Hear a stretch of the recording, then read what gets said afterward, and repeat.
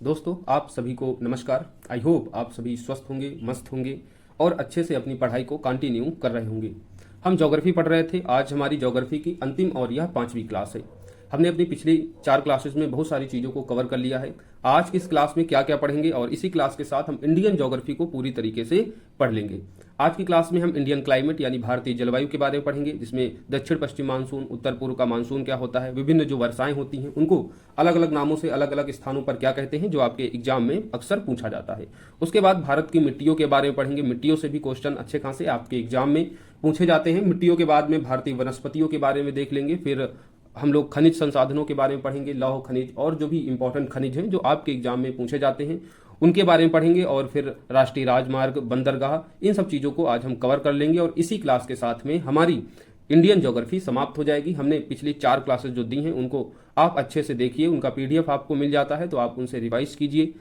लगातार इनका रिवाइज करेंगे तभी आपको इसका फायदा होगा। रिवीजन बहुत इंपॉर्टेंट है। पहले इन वीडियो को देखें, अच्छे से समझें, उसके बाद इनका बार बार रिवीजन करें। यही आपकी सक्सेस की होगी। तो ज़्यादा देर नहीं करेंगे, क्लास को अपनी स्टार्ट करेंगे। चैनल पर नए हो तो इसे सब्सक्राइब कर नोटिफिकेशन बिल को जरूर प्रेस कर दें, क्योंकि यहाँ पर आपको 69th बीपीएससी को मैं बिल्कुल टारगेट किए हुआ हूँ और आपको यहाँ पर प्रीलिम्स और मेंस की सभी classes free of cost with quality classes आपको यहाँ पर प्रोवाइड कराई जा रही हैं। आप मेंस की भी क्लासेस पढ़ें, उसकी अलग प्लेलिस्ट बनी हुई है, तो आप वहां से भी जो स्टैटिक टॉपिक हैं अभी कम से कम 15 जुलाई 14 जुलाई तक उनको देख सकते हैं। बाकी अपनी कंटिन्यू प्रीलिम्स पर अब धीरे धीरे फोकस करते जाइए।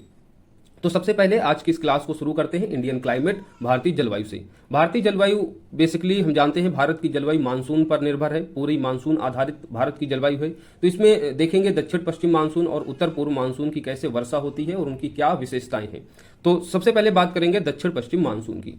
दक्षिण पश्चिम मानसून की 2 शाखाएं होती हैं, एक तो बंगाल की खाड़ी की शाखा और दूसरी होती है अरब सागर से उठने वाली शाखा। तो 2 शाखाएं हैं दक्षिण पश्चिम मानसून की। पहली क्या है, बंगाल की खाड़ी वाली शाखा और दूसरी अरब सागर की शाखा। इसको हम जरा मैप में देख लेते हैं। तो आप मैप में ये देख रहे होंगे, ये जो दक्षिण पश्चिम मानसून है, ये आप दिशा है, ये दक्षिण पश्चिम मानसून, और हिंद महासागर से आर्द्रता ग्रहण करके ये मानसून भारतीय प्रायद्वीप में प्रवेश करता है। तो एक तरफ से अरब सागर है, आप देख रहे हैं पश्चिम की तरफ अरब सागर है, और इधर बे ऑफ बंगाल है। तो 2 शाखाएं हो जाती हैं जो दक्षिण पश्चिम मानसून से भारत की जलवायु को प्रभावित करती हैं। पहली अरब सागर से उठने वाली मानसून शाखा और दूसरी बे ऑफ बंगाल की। तो इसमें देखते हैं अब क्या इसकी विशेषताएं हैं, क्या महत्वपूर्ण तथ्य हैं जो आपके एग्जाम में इनसे पूछे जाते हैं। तो दक्षिण पश्चिम मानसून सबसे पहले कहां प्रवेश करता है, यह केरल में करता है जून के प्रारंभ में, यानी 1 जून से केरल में दक्षिण पश्चिम मानसून प्रारंभ हो जाता है। तो एग्जाम में अक्सर पूछा जाता है कि दक्षिण पश्चिम मानसून भारत के किस राज्य में सर्वप्रथम प्रवेश करता है। तो आपका जवाब होना चाहिए केरल।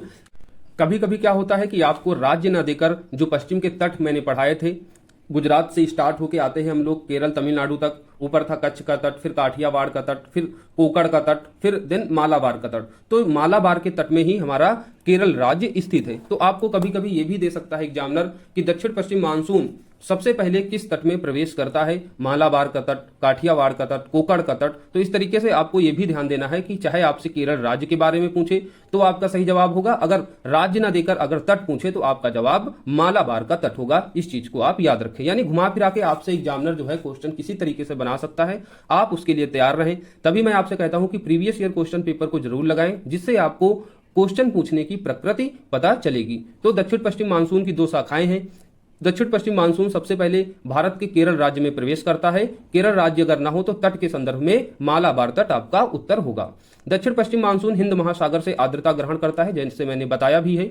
भारत की जो सर्वाधिक वर्षा होती है लगभग दक्षिण पश्चिम मानसून से ही होती है। 80% के आसपास जो भारत में वर्षा होती है वो किस मानसून से होती है, दक्षिण पश्चिम मानसून से। तो एग्जाम में आपसे यह भी क्वेश्चन पूछा जाता है कि भारत में सर्वाधिक वर्षा होती है। फिर आपको ऑप्शन दिए होंगे दक्षिण पश्चिम मानसून, उत्तर पूर्व मानसून या फिर पश्चिमी विक्षोभ से होने वाली वर्षा। तो ये 3-4 ऑप्शन होंगे आपके पास, लेकिन आपका सही जवाब होगा भारत की सर्वाधिक वर्षा दक्षिण पश्चिम मानसून से होती है। दक्षिण पश्चिम मानसून से जो वर्षा होती है वह जून से स्टार्ट होती है। हमने देखा कि जून के प्रारंभ में यह केरल राज्य में प्रवेश करती है और फिर धीरे धीरे यह सितंबर तक जो है भारत के अन्य हिस्सों में बारिश करती है। अब देखते हैं उत्तर पूर्व का मानसून। उत्तर पूर्व का मानसून बंगाल की खाड़ी से जलवाष्प ग्रहण करता है। तो उत्तर पूर्व से आपको समझ जाना चाहिए, पूर्व में ही आपकी बंगाल की खाड़ी है। तो उत्तर पूर्व से क्या करता है, ये उत्तर पूर्व से बंगाल की खाड़ी से यह मानसून जलवाष्प को ग्रहण करता है और नवंबर माह में तमिलनाडु में वर्षा करता है, और इसको क्या कहते हैं? लौटता हुआ मानसून भी कहते हैं। तो 3 तथ्य इसमें आपको महत्वपूर्ण याद रखना है। सबसे पहला तो उत्तर पूर्व मानसून जो है वह बंगाल की खाड़ी से जलवाष्प यानी आर्द्रता को ग्रहण करता है, और इसी वर्षा में शीतकाल में जो है नवंबर में तमिलनाडु में वर्षा होती है। इस तथ्य को भी आप याद रखिएगा। तो आपसे एग्जाम में पूछा जाएगा कि तमिलनाडु में वर्षा होती है। अब नवंबर माह का मतलब क्या है? नवंबर में ही तो ठंडियां होती हैं, तो अब नवंबर दे दिया गया है, तो अब आपको यहां यह भी गेस करना होता है, इतना जो है आपको समझना होता है क्वेश्चन की प्रकृति में कि नवंबर किस टाइम का है। नवंबर है शीतकालीन, तो आपसे शीतकाल भी कह सकता है कि तमिलनाडु में उत्तर पूर्व मानसून से होने वाली वर्षा होती है शीतकाल में, ग्रीष्मकाल में, बसंत काल में। तो अब आपको यह भी याद रखना होगा कि नवंबर का मतलब क्या होता है? भारत में इस टाइम शीतकालीन मानसून चल रहा होता है। तो तमिलनाडु में शीतकालीन यानी नवंबर माह में किस मानसून से वर्षा होती है? तो आपका जवाब होना चाहिए उत्तर पूर्व मानसून से। और इस मानसून को क्या कहते हैं? लौटता हुआ मानसून कहते हैं। क्या कहते हैं? लौटता हुआ मानसून कहते हैं। इस बात को भी याद रखिए, कई बार आपके एग्जाम में पूछा जा चुका है। तो हमने भारत की जलवायु के संदर्भ में दक्षिण पश्चिम मानसून और उत्तर पूर्व मानसून को देख लिया। अब देखेंगे हम इन मानसूनों से विभिन्न राज्यों में वर्षा होती है। वर्षा से जो है कुछ फसलों को अधिक लाभ होता है किसी किसी राज्य में, तो उन वर्षाओं को कुछ एक स्पेसिफिक नाम दे दिया जाता है और आपके एग्जाम में यह अक्सर पूछा जाता है। जैसे आम्र वर्षा। आम्र वर्षा का मतलब होता है आम पकने में सहायक होता है, और यह मानसून पूर्व वर्षा होती है कर्नाटक और केरल में। तो आपसे अगर पूछे, जैसे 68th बीपीएससी में दिया था मैंगो शावर्स। मैंगो मतलब क्या होता है? आम होता है। तो मैंगो शावर्स जो है किससे संबंधित थी वर्षा? तो आपको डिफरेंट राज्य दिए थे और आपका सही ऑप्शन क्या था? कर्नाटक और केरल। तो कर्नाटक और केरल में जो मानसून पूर्व वर्षा होती है वह आम पकने में बहुत ही सहायक होती है, इसलिए यहां इस वर्षा को क्या कह देते हैं? आम्र वर्षा यानी मैंगो शावर्स भी कह देते हैं, जो आपके एग्जाम में पूछा गया था। तो इस तथ्य को आप याद रखिए। आम्र वर्षा पूछे तो आपका कर्नाटक और केरल जवाब होना चाहिए। इसलिए क्योंकि यह वर्षा आम पकने में सहायक होती है। दिन शीतकालीन वर्षा। शीतकालीन वर्षा भूमध्य सागरी, ये भी बहुत इंपॉर्टेंट है, कई बार आपके एग्जाम में पूछा जा चुका है। शीतकालीन वर्षा यानी ठंडियों के टाइम पर भूमध्य सागरी पश्चिमी विक्षोभ के कारण होता है उत्तर पश्चिम भारत में। तो शीतकालीन वर्षा कब होती है उत्तर पश्चिम भारत में? ये आपका जैसे राज्य हो गया, उत्तर पश्चिम की साइड क्या होगी? ये जो पंजाब, हरियाणा, दिल्ली और जम्मू कश्मीर का जो हिस्सा है ये किसमें आएगा? ये उत्तर पश्चिम साइट में आपका आ जाता है। तो जो भूमध्य सागर आप जानते हैं, वर्ल्ड का मैप उठाएंगे तो आप भूमध्य सागर देख पाएंगे कहां पर स्थित है। तो भूमध्य सागर से उठने वाली जो हवाएं होती हैं, तो भूमध्य सागर से ये आर्द्रता ग्रहण करके आगे बढ़ती हैं, किस तरफ? पूर्व की तरफ आगे बढ़ती हैं और भारत के उत्तर पश्चिम में बारिश करती हैं, क्योंकि यहां पर क्या पड़ जाता है? यहां पर हिमालय पड़ जाता है। ये जो आर्द्रता युक्त हवाएं होती हैं हिमालय से टकराकर क्या करती हैं? उत्तर पश्चिम में बारिश करती हैं। तो शीतकालीन वर्षा भूमध्य सागरीय पश्चिमी विक्षोभ के कारण उत्तर पश्चिम में बारिश करती है। यहां पर एक तथ्य आप जरूर याद रखें। तथ्य क्या है कि शीतकाल में कौन सी फसलें भारत में बोई जाती है? तो रबी की फसलें भारत में बोई जाती हैं। कौन सी फसलें भारत में बोई जाती हैं? तो रबी की फसलें भारत में बोई जाती हैं शीतकाल में। जैसे गेहूं हो गया, सरसों हो गया, चना हो गया। तो यह जो भूमध्य सागर के पश्चिमी विक्षोभ के कारण जो उत्तर पश्चिम में बारिश होती है शीतकाल में, यह रबी की फसलों के लिए बहुत ही लाभदायक होती है। आपसे एग्जाम में पूछा जाता है कि पंजाब के क्षेत्र या हरियाणा या उत्तर पश्चिम में यही सारे राज्य आ जाते हैं, पंजाब, हरियाणा ये सभी राज्य हो जाते हैं। तो पंजाब, हरियाणा में जब रबी की फसल बोई जाती है, गेहूं, सरसों, चना, जब ये सब बोया जाता है तो इन फसलों के लिए यह शीतकालीन वर्षा यानी भूमध्य सागरी पश्चिमी विक्षोभ के कारण जो वर्षा होती है वह इन फसलों के लिए बहुत ही लाभदायक हो जाती है। इसीलिए पंजाब वगैरह में गेहूं जो है बहुत ज्यादा मात्रा में होता है। अगर हम भारत की बात करें प्रति हेक्टेयर उत्पादन में, अगर गेहूं की बात करें तो सबसे ज्यादा पंजाब में होता है प्रति हेक्टेयर के मामले में। वैसे तो ओवरऑल अगर बात करेंगे तो उत्तर प्रदेश में सबसे ज्यादा गेहूं उत्पादित होता है, लेकिन हेक्टेयर के हिसाब से, यानी उत्तर प्रदेश में जमीन ज्यादा है इसलिए यहां पर ज्यादा उत्पादन होता है। लेकिन अगर जमीन की बात करें, जैसे कि 1 हेक्टेयर में आप लगा दीजिए उत्तर प्रदेश में गेहूं और 1 हेक्टेयर में लगा दीजिए पंजाब में गेहूं, तो पंजाब में 1 हेक्टेयर में अधिक गेहूं होगा तुलनात्मक रूप से उत्तर प्रदेश से। तो कारण यही है कि शीतकालीन वर्षा यानी रबी की जो फसलें होती हैं जिसमें गेहूं भी आ जाता है, इस फसल के लिए भूमध्य सागर से जो पश्चिमी विक्षोभ उठता है आकर उत्तर पश्चिम में बारिश करता है और ये गेहूं की या रबी की जो अन्य फसलें होती हैं उनके लिए बेहद लाभदायक हो जाता है। रबी की फसलों की उत्पादकता को ये बढ़ा देता है। तो आपको ये तथ्य सारे याद रखने हैं, एग्जाम में क्वेश्चन पूछे जाते हैं, इसलिए आप इन्हें बहुत ही सावधानी के साथ सुने और सारी चीजें जो हैं समझ लें। अब आते हैं काल बैसाखी। बैसाख के महीने में होने के कारण इसको क्या कह देते हैं? काल बैसाखी। तो बैसाख महीने में असम, पश्चिम बंगाल में ये चलने वाली क्या होती हैं? वर्षा युक्त पवनें हैं। और ये पवनें जो पश्चिम बंगाल, असम में जानते हैं कौन सी फसलें सबसे अधिक होती हैं? तो चाय होता है, यहाँ पर पटसन यानी जो जूट होता है, चावल होता है। इन फसलों के लिए जो है बहुत ही ये लाभकारी होती हैं काल बैसाखी पवनें। तो जैसे हमने ऊपर देखा कि रबी की फसल के लिए भूमध्य सागरीय जो पश्चिमी विक्षोभ है वो सर्वाधिक लाभकारी हो जाता है, उसी तरीके से असम और पश्चिम बंगाल की जो ये फसलें हैं, चाय, पटसन और चावल, इनके लिए यह काल बैसाखी जो बैसाख महीने में चलने वाली वर्षा युक्त पवनें हैं ये अधिक लाभकारी हो जाती हैं। असम में इनको अन्य नाम से भी जाना जाता है। क्या कहा जाता है? बारदोली छीड़ा। तो आपसे अगर एग्जाम में पूछ लिया जाए कि काल बैसाखी यानी बैसाख महीने में चलने वाली वर्षा युक्त पवनों को असम में कहा जाता है और आपको अब ऑप्शन दे दिए जाएं तो आपका सही उत्तर होना चाहिए बारदोली छीड़ा। तो इस तरीके से हमने कई महत्वपूर्ण तथ्यों को अभी तक डिस्कस कर लिया है। दक्षिण पश्चिम मानसून, उत्तर पूर्व मानसून, आम्र वर्षा, शीतकालीन वर्षा और काल बैसाखी। अब हम देखेंगे लू। आप जानते हैं लू चलता है कब? गर्मियों में।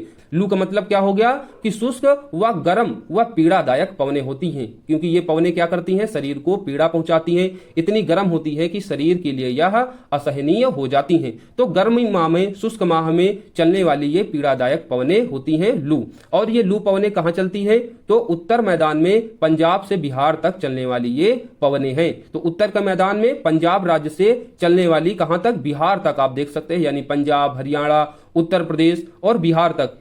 उत्तर के मैदान में ये जो राज्य हैं यहाँ पर इनका प्रभाव सबसे ज्यादा देखा जाता है। तो अगर आपसे एग्जाम में पूछ ले कि लू पवनें सर्वाधिक जो है प्रभावित करती हैं तो आपका जवाब होना चाहिए उत्तर मैदान में पंजाब से लेकर बिहार तक ये पवनें चलती हैं, जिसमें आप अब डिफरेंट स्टेट को रख सकते हैं, जिसमें उत्तर प्रदेश भी हो जाएगा, पंजाब के अलावा हरियाणा भी हो जाएगा, बिहार भी हो जाएगा। दिल्ली व पटना के बीच तीव्रता इनकी अधिक होती है। तो लू की तीव्रता कहां सबसे अधिक होती है? दिल्ली व पटना के बीच। जैसे हमने आपको बताया भी कि पंजाब से चली तो उसके बाद दिल्ली जब पहुंचती है तो इनकी तीव्रता अधिक हो जाती है और यह तीव्रता आपको पटना तक देखने को मिलती है। बिहार का डिस्ट्रिक्ट है पटना, वहां तक आपको लू की जो तीव्रता है उसका प्रभाव अधिक देखने को मिलेगा।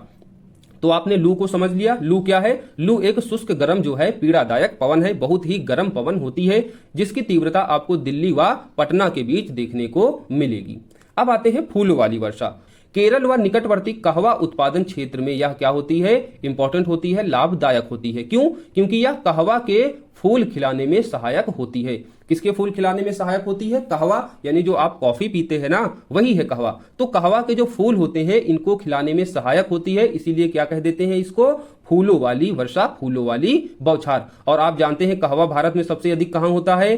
केरल में। कारण यही हो जाता है कि केरल में जो यह फूलों वाली बौछार होती है वह कहवा की खेती के लिए बहुत ही लाभदायक होती है। तो केरल व उसके निकटवर्ती कहवा उत्पादन के क्षेत्र के लिए क्या होती है? ये एक समझ लो रामबाण का कार्य करती है फूलों वाली बौछार। तो आपसे कभी पूछ लिया जाए फूलों वाली बौछार का संबंध है कहवा के उत्पादन की उत्पादकता को बढ़ाने के लिए या फिर आम के उत्पादन की उत्पादकता को बढ़ाने के लिए, क्योंकि हमने आम्र वर्षा भी देखा था, वो भी कर्नाटक और केरल में हो रही थी। लेकिन अगर फूलों वाली बौछारों के बारे में एग्जामिनर आपसे पूछे तो आप बताएंगे कि कहवा की खेती के लिए यह लाभदायक होती है, क्योंकि यह कहवा के फूल को खिलाने में सहायक होती है। तो अभी तक हमने जलवायु और जलवायु से संबंधित जो भी वर्षाएं हैं, डिफरेंट जो उनके नाम हैं, वो हमने जान लिया है। अब हम देखेंगे भारत की मिट्टियाँ। भारत की मिट्टियाँ मुख्यतः 8 प्रकार से पड़ते हैं, जिसमें काली मिट्टी, लैटराइट मिट्टी, जलोढ़ मिट्टी, फिर लाल और पीली मिट्टी, पर्वतीय मिट्टी, दलदली मिट्टी, ये सारी मिट्टियाँ होती हैं, और एक मरुस्थलीय मिट्टी। तो इन सभी मिट्टियों पर हम बारी बारी से चर्चा करेंगे। आपके एग्जाम में मिट्टियों से क्वेश्चन आपके एग्जाम में काफी पूछे जाते हैं। तो सबसे पहले देखेंगे काली मिट्टी को। काली मिट्टी का निर्माण अगर आपसे एग्जाम में पूछा जाए तो क्या बताएंगे? जब हम प्रायद्वीपीय पठार आपसे पढ़ा रहे थे तब भी इस बात की हमने चर्चा की थी कि आपके प्रायद्वीपीय पठार का जो उत्तर पश्चिम का क्षेत्र है, जो महाराष्ट्र, गुजरात, मालवा के पठार का ये क्षेत्र है, यहां पर आपको काली मिट्टी प्राप्त होती है। और इसका निर्माण बताया था किससे होता है? बेसाल्ट लावा के अपक्षय अपरदन से। बेसाल्ट लावा के अपक्षय अपरदन से किसका निर्माण होता है? काली मिट्टी का। अब लावा कहां से आता है? तो लावा आता है ज्वालामुखी के विस्फोट से, है ना। ज्वालामुखी जब विस्फोट होता है तो यहां से निकलता है लावा, और फिर लावा यह क्या होता है? पृथ्वी की सतह पर आ जाता है, और फिर धीरे धीरे यह ठंडा होता है, बारिश होती है, इसका क्या होता है? अपक्षय होता है, अपरदन होता है, यानी वो लावा छोटे छोटे टुकड़ों में क्या होता है? टूट जाता है और अंत में मिट्टी बन जाता है। तो जो लावा होता है, बेसाल्ट लावा होता है, उसके अपक्षय और अपरदन से काली मिट्टी का निर्माण होता है। काली मिट्टी के अन्य नाम भी हैं जो अक्सर पूछा जाता है, जैसे काली मिट्टी को हम रेगुर मिट्टी भी कहते हैं, कपासीय मिट्टी भी कहते हैं, क्योंकि काली मिट्टी कपास के उत्पादन के लिए सर्वाधिक अनुकूल मानी जाती है। इसीलिए महाराष्ट्र और गुजरात में क्या होता है? सबसे ज्यादा उत्पादन होता है कपास का। कारण यही है कि इन राज्यों में आपको काली मिट्टी देखने को मिलती है।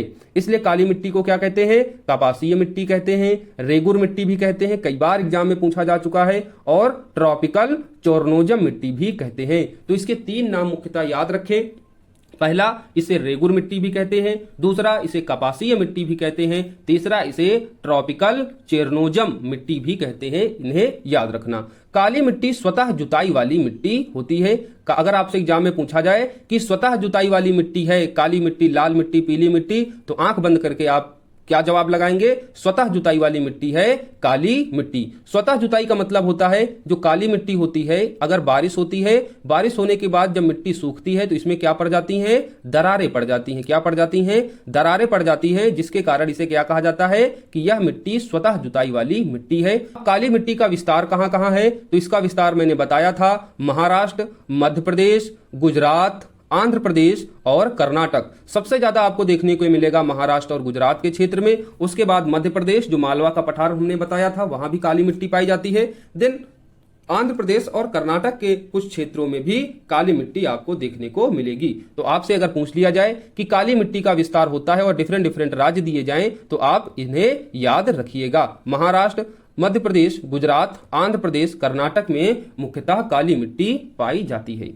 काली मिट्टी में किन पोषक तत्वों की अधिकता होती है, किन की कमी होती है, ये चीज भी आपसे पूछी जाती है। तो अगर आपसे पूछा जाए कि काली मिट्टी में कौन से तत्व अधिक मात्रा में होते हैं, तो आप बताएंगे लोहा, चूना, कैल्शियम, पोटास, एल्युमिनियम एवं मैग्नीशियम कार्बोनेट की अधिकता होती है। तो कौन से पोषक तत्वों की अधिकता होती है? लोहा की हो गई, चूना, कैल्शियम, पोटास, एल्युमिनियम एवं कैल्शियम कार्बोनेट की। अगर कमी पूछा जाए कि काली मिट्टी में कमी होती है, अक्सर आपसे एग्जाम में यह तथ्य पूछा जाता है, तो आप बताएंगे इस मिट्टी में नाइट्रोजन, फास्फोरस एवं जैविक पदार्थों की क्या होती है? कमी। क्या कमी होती है? जैविक पदार्थ, जिसे क्या कहते हैं? ह्यूमस भी कहते हैं। तो काली मिट्टी में ह्यूमस यानी जैविक पदार्थ, नाइट्रोजन एवं फास्फोरस की कमी होती है। बाकी अधिकता वाले हमने देखे लोहा, चूना, कैल्शियम, पोटास और एल्युमिनियम की अधिकता होती है। कमी वाले तो बिल्कुल याद रखिएगा, क्योंकि अक्सर यहां से क्वेश्चन पुटअप किया जाता है। तो हमने 3 चीजें बताई जो काली मिट्टी में नहीं होती हैं या बहुत कम मात्रा में होती हैं: नाइट्रोजन, फास्फोरस और जैविक पदार्थ। अब हम आगे बढ़ते हैं लैटराइट मिट्टी में। लैटराइट मिट्टी का अगर हम क्षेत्र देखें, यह किस क्षेत्र में है, तो आप क्षेत्र देखेंगे तो कर्नाटक, केरल, तमिलनाडु, उड़ीसा, मध्य प्रदेश और असम। तो किन क्षेत्रों में लैटराइट मिट्टी होती है? यह होती है कर्नाटक में, केरल में, तमिलनाडु में, उड़ीसा, मध्य प्रदेश और असम के क्षेत्रों में आपको लैटराइट मिट्टी देखने को मिलेगी। मुख्यतः जो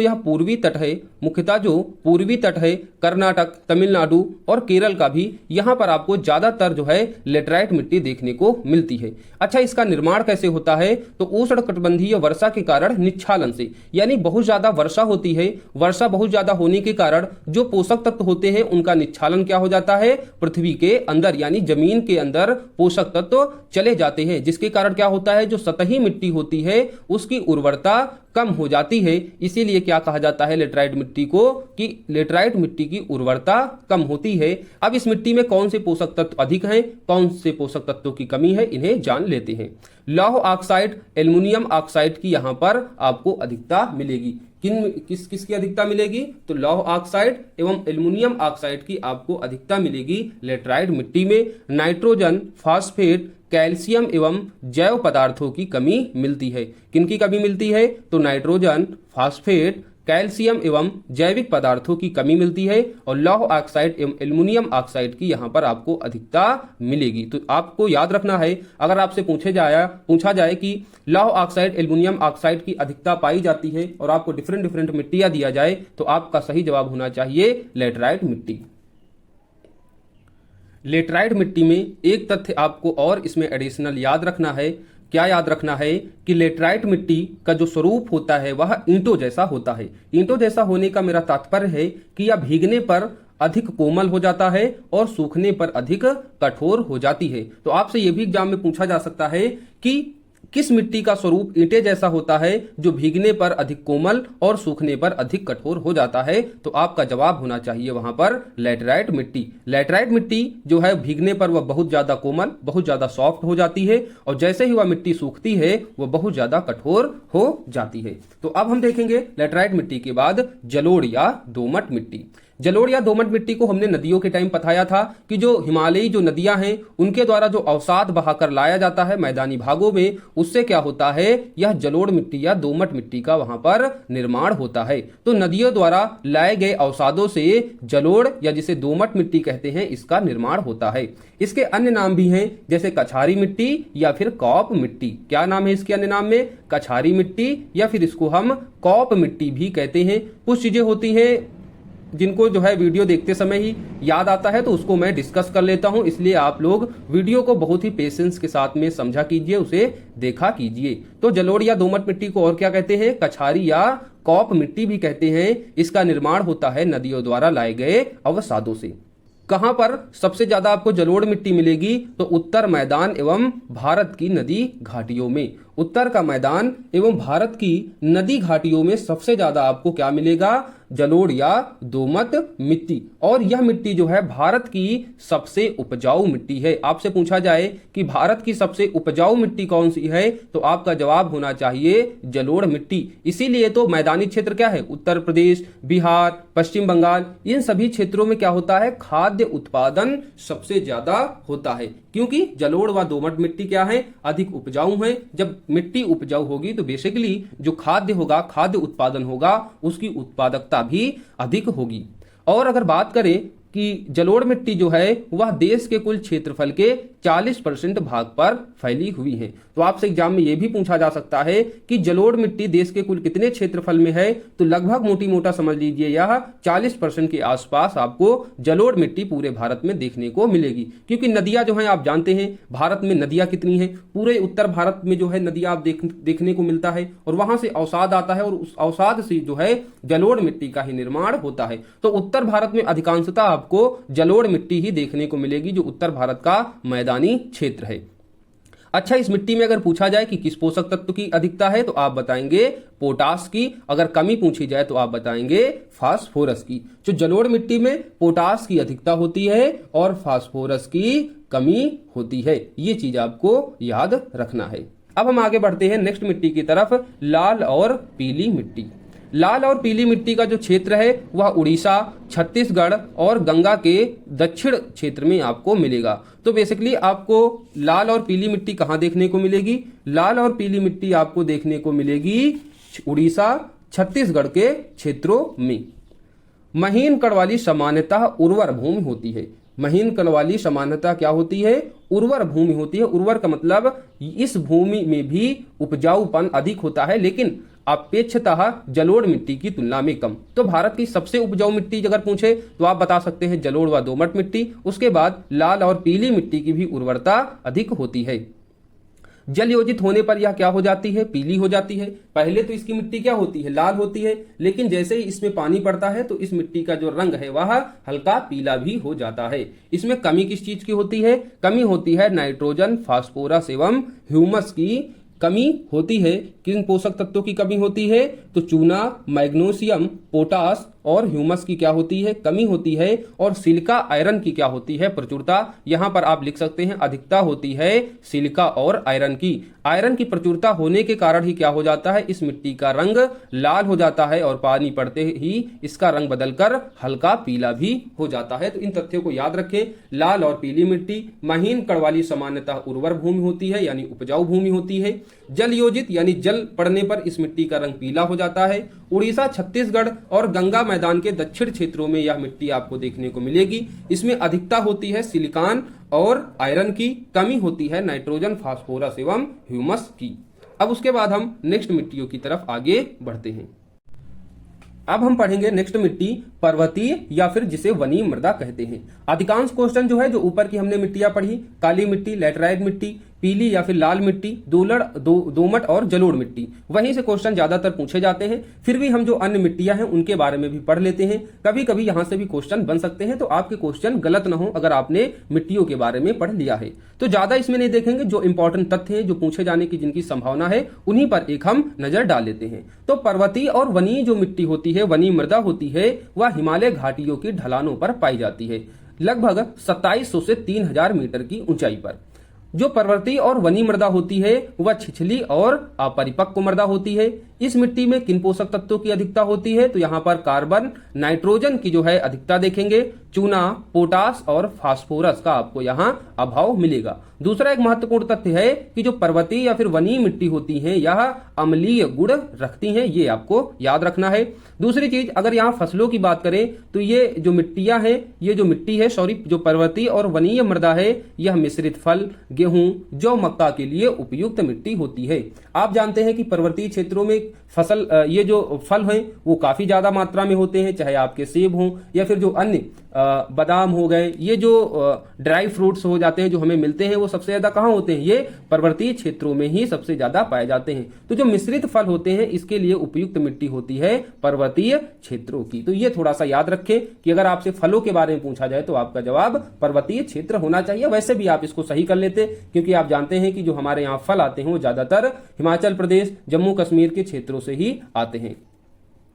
अब हम देखते हैं शुष्क व मरुस्थलीय मिट्टी। शुष्क व मरुस्थलीय मिट्टी तो जानते हैं कि मरुस्थल के क्षेत्रों में ऐसी मिट्टियां होती हैं। कारण है कि वहां वर्षा नहीं होती है, तो मिट्टी की संरचना क्या हो जाती है, बलुई हो जाती है और प्रकृति इनकी लवणीय हो जाती है। घुलनशील लवणों और फास्फोरस की प्रचुर मात्रा होगी, यानी मरुस्थलीय मिट्टियों में किस पोषक तत्व की अधिकता होगी, तो फास्फोरस की। कमी होगी यहाँ पर कार्बनिक तत्वों, ह्यूमस और नाइट्रोजन की। तो ये थोड़ा सा आप याद रखें। नेक्स्ट पढ़ते हैं अब लवणीय और क्षारीय मृदा की ओर। लवणीय और क्षारीय जो मृदा होती है वह अंतः क्षेत्रीय मिट्टी जिसका विस्तार सभी जलवायु प्रदेशों में देखने को मिलता है। यानी जो ये मिट्टियां होती हैं वह अंतः क्षेत्रीय मिट्टियां होती हैं और जिसका विस्तार जो है आपको सभी जलवायु प्रदेशों में देखने को मिलेगा। लवणीय और क्षारीय मिट्टी का मतलब है मिट्टी में या तो लवणीयता बहुत ज्यादा होगी या तो क्षारीयता बहुत अधिक होगी। और अक्सर ऐसी मिट्टियों को क्या कहते हैं स्थानीय भाषा में, रेहू मिट्टी। रेहू आप जानते हैं, जिससे पुराने जमाने में क्या करते थे, कपड़े वगैरह धोते थे। तो रेहू मिट्टी हो गई, कल्हर मिट्टी हो गई, इकार मिट्टी भी इसे कहते हैं। ऊसर मिट्टी यानी जो बंजर ऊसर मिट्टी होती है, कारण होता है वह मिट्टियां या तो बहुत ज्यादा लवणीय होती हैं या तो फिर बहुत ज्यादा क्षारीय होती हैं, जिसपे क्या होता है कि वह फसल के लिए उपयुक्त नहीं होती हैं। तो कुछ स्थानीय नाम है, ये नाम याद रखें, रेहू, कल्लर, ऊसर, कार्ल या फिर चापेन। अगर आपसे पूछा जाए तो आप बता देंगे ये मिट्टी स्थानीय मिट्टी है जो अधिक लवणीय और अधिक क्षारीय होती हैं। अब लवणीय मिट्टी होने का कारण क्या होता है कि मिट्टी में सोडियम और मैग्नीशियम अधिक हो जाता है। जब मिट्टी में सोडियम और मैग्नीशियम की मात्रा बहुत अधिक हो जाती है तो वह मिट्टी अधिक लवणीय हो जाती है। और जब मिट्टी में कैल्शियम और पोटेशियम अधिक हो जाता है तो वह मिट्टी कैसी हो जाती है, अधिक क्षारीय हो जाती है। तो मिट्टी अगर अधिक अम्लीय होगी, अधिक क्षारीय होगी तो क्या होगा, उस मिट्टी पर खेती जो है उपयुक्त नहीं होगी, यानी फसलें उगाना वहां पर उपयुक्त नहीं होता है। देन अब करते क्या हैं, हम जानते हैं कि बहुत सारी मिट्टियां जो हैं भारत में बंजर ऊसर हो जाती है। यानी बहुत लवड़ी और बहुत क्षारी हो जाती हैं। लेकिन फिर भी अगर उन पर फसलें उगाना है तो क्या करेंगे, अगर लवड़ीता को कम करना है तो हम क्या करेंगे, उसमें क्षारीय पोषक तत्वों को मिलाएंगे। अगर क्षारीयता को कम करना है तो उसमें लवणीय पोषक तत्वों को मिलाएंगे। ऐसी फसलों को बोएंगे जो लवणीता अगर अधिक है तो ऐसी फसलें बोएंगे जो क्षारीयता को बढ़ाती हो मिट्टी में, और अगर मिट्टी में क्षारीयता अधिक है तो ऐसी फसलें ऐसे पोषक तत्वों को मिट्टी में मिलाएंगे जिससे जो है लवणीता कम हो और क्षारीयता बढ़े। तो इस तरीके से क्या करते हैं, जब इन मिट्टियों में फसलों को पैदा करना होता है तो चूना व जिप्सम मिलाकर सिंचाई करने से एवं चावल व गन्ना जैसी लवण रोधी फसलों की खेती करने से मिट्टी को सुधारा जा सकता है। तो अगर मिट्टी सुधर जाती है तो क्या होता है कि चावल व गन्ना, कपास, गेहूं और तंबाकू जैसी जो फसलें हैं यहां पर अच्छे से हम बो सकते हैं। इसलिए अगर मिट्टी बहुत ज्यादा लवणीय है तो लवणीयता को कम करने के लिए हम क्या मिलाएंगे, मिट्टी में चूना मिला देंगे। अगर मिट्टी बहुत ज्यादा क्षारीय है तो मिट्टी में हम जिप्सम जैसे पोषक तत्वों को मिला देते हैं, जिससे मिट्टी को अधिक लवणीय, अधिक क्षारीय होने से हम रोक लेते हैं। उसके बाद मिट्टी को सुधार कर जो है उसमें डिफरेंट फसलों को बो देते हैं। तो इस तरीके से आपने लवणी और क्षारीय मिट्टी को देखा। यह क्वेश्चन अक्सर पूछा जाता है कि अधिक लवणीय मिट्टी को सुधारा जा सकता है निम्नलिखित पोषक तत्वों को मिलाने से, और आपको डिफरेंट पोषक तत्व दिए होंगे। तो आपको याद रखना है कि लवणीयता को कम करने के लिए चूना मिलाते हैं, क्षारीयता को कम करने के लिए जिप्सम मिलाते हैं। दूसरी तरफ चावल और गन्ना जैसी लवण रोधी फसलों को उगाकर भी जो है लवणीयता को कम किया जा सकता है। अब हम बढ़ते हैं नेक्स्ट मिट्टी की तरफ, पीट व दलदलीय मिट्टी। अब आप दलदली मिट्टी तो समझ ही रहे होंगे। दलदली मिट्टी ऐसी होती है जहां पर जो पानी जो है वह अधिकांश समय भरा रहता है। तो पीट व दलदली मिट्टी क्या होती है, अंततः आर्द्रता वाली दशाओं में बड़ी मात्रा में कार्बनिक तत्वों के जमाव से निर्मित होती हैं। यानी आर्द्रता का मतलब यही होता है जहां पर अधिकांश जो समय पानी का भराव वहां पर देखने को मिलता है। तो अधिक आर्द्रता वाली दशाओं में बड़ी मात्रा में कार्बनिक तत्वों के जमाव से पीट व दलदलीय मिट्टी का निर्माण होता है। घुलनशील लवणों की यहाँ पर प्रचुर मात्रा होती है। फास्फोरस और पोटास का अभाव मिलता है। यानी पीट और दलदली मिट्टियों में आपको घुलनशील लवण जो है वह अधिक मात्रा में मिलेंगे, लेकिन फास्फोरस और पोटास जैसे तत्वों का यहाँ पर अभाव देखने को मिलेगा। पीट और दलदलीय जो मिट्टी होती है यहाँ पर धान की खेती जो है अधिक अच्छे से होती है। तो पीट और दलदलीय मिट्टी किस खेती के लिए उपयुक्त होती है, तो आपका जवाब होना चाहिए धान की खेती के लिए। फेरस आयन होने से प्रायः इसका रंग क्या हो जाता है, क्या हो जाता है, इसका रंग नीला हो जाता है। तो फेरस आयन के कारण पीट व दलदलीय मिट्टी का रंग हो जाता है। तो आपका जवाब होना चाहिए इसका रंग नीला हो जाता है। इस तथ्य को भी आप याद रखेंगे। अब हम कुछ महत्वपूर्ण और तथ्य देखेंगे जो आपके एग्जाम में पूछे जाते हैं। हमने मिट्टियों पर जो है चर्चा कर ली है। जो भारत में प्रमुखता 8 प्रकार की मिट्टियां होती हैं उनको एक एक करके पढ़ लिया है। अब कुछ महत्वपूर्ण तथ्य देखेंगे, जैसे नाइट्रोजन स्थिरीकरण में आपको पूछा जाता है कि निम्नलिखित में से कौन सी फसलें नाइट्रोजन स्थिरीकरण में सहायक नहीं है या सहायक हैं। तो उसमें याद रखें कि नाइट्रोजन स्थिरीकरण की प्रमुख फसलों में आपको अल्फाल्फा, ड्राई बीन्स, गारबेंजो बीन्स, यानी जो बीन्स देखते हैं तो ये जो फसलें हैं नाइट्रोजन स्थिरीकरण में सहायक होती हैं। अल्फाल्फा, मटर, सोयाबीन, उड़द आदि अन्य दलहनी फसलें जो होती हैं, यानी दलहनी फसलें पूरी जो हैं, जितनी दलहनी फसलें होती हैं वो नाइट्रोजन स्थिरीकरण में बहुत ज्यादा सहायक होती हैं। उसके अलावा अल्फाल्फा, ड्राई बीन्स, गारोबेंजो बीन्स, मटर, सोयाबीन और उड़द ये सभी जो हैं नाइट्रोजन स्थिरीकरण करने वाली प्रमुख फसलें हैं। तो ये जो दलहनी फसलें होती हैं ये कैसी फसलें होती हैं, नाइट्रोजन स्थिरीकरण वाली फसलें होती हैं। क्योंकि हमने बताया था कि दलहनी फसलों में क्या होता है, राइजोबियम नामक जीवाणु होता है दलहनी फसलों की गांठों में, और ये वायुमंडल की नाइट्रोजन को क्या करते हैं, नाइट्रेट में परिवर्तित कर देते हैं। क्योंकि जो फसलें होती हैं, जो मिट्टी होती है वह डायरेक्ट जो है वायुमंडल से नाइट्रोजन को ग्रहण नहीं कर पाती हैं। वह किस रूप में नाइट्रोजन को ग्रहण करते हैं मिट्टियां, तो करती है नाइट्रेट के रूप में। और ये दलहनी फसलें क्या होती हैं, इनकी गांठों में होता है राइजोबियम, और यह राइजोबियम नाइट्रोजन को नाइट्रेट में बदलकर जो मिट्टी होती है उसमें नाइट्रोजन की जो कमी होती है उसकी भरपाई करती है, यानी नाइट्रोजन को मिट्टी में मिलाकर मिट्टी को उपजाऊ बनाती है। नेक्स्ट देखते हैं सामान्य फसलें उगाने वाली मिट्टी का पीएच मान। अगर आपसे एग्जाम में पूछा जाए कि सामान्यतः फसलें उगाने वाली मिट्टी का पीएच मान कितना होना चाहिए, तो आप बताएंगे 6 से 7 के मध्य होना चाहिए। यानी मिट्टी का पीएच मान कितना होना चाहिए सामान्यतः फसलों के लिए, तो 6 से 7 पीएच मान होना चाहिए।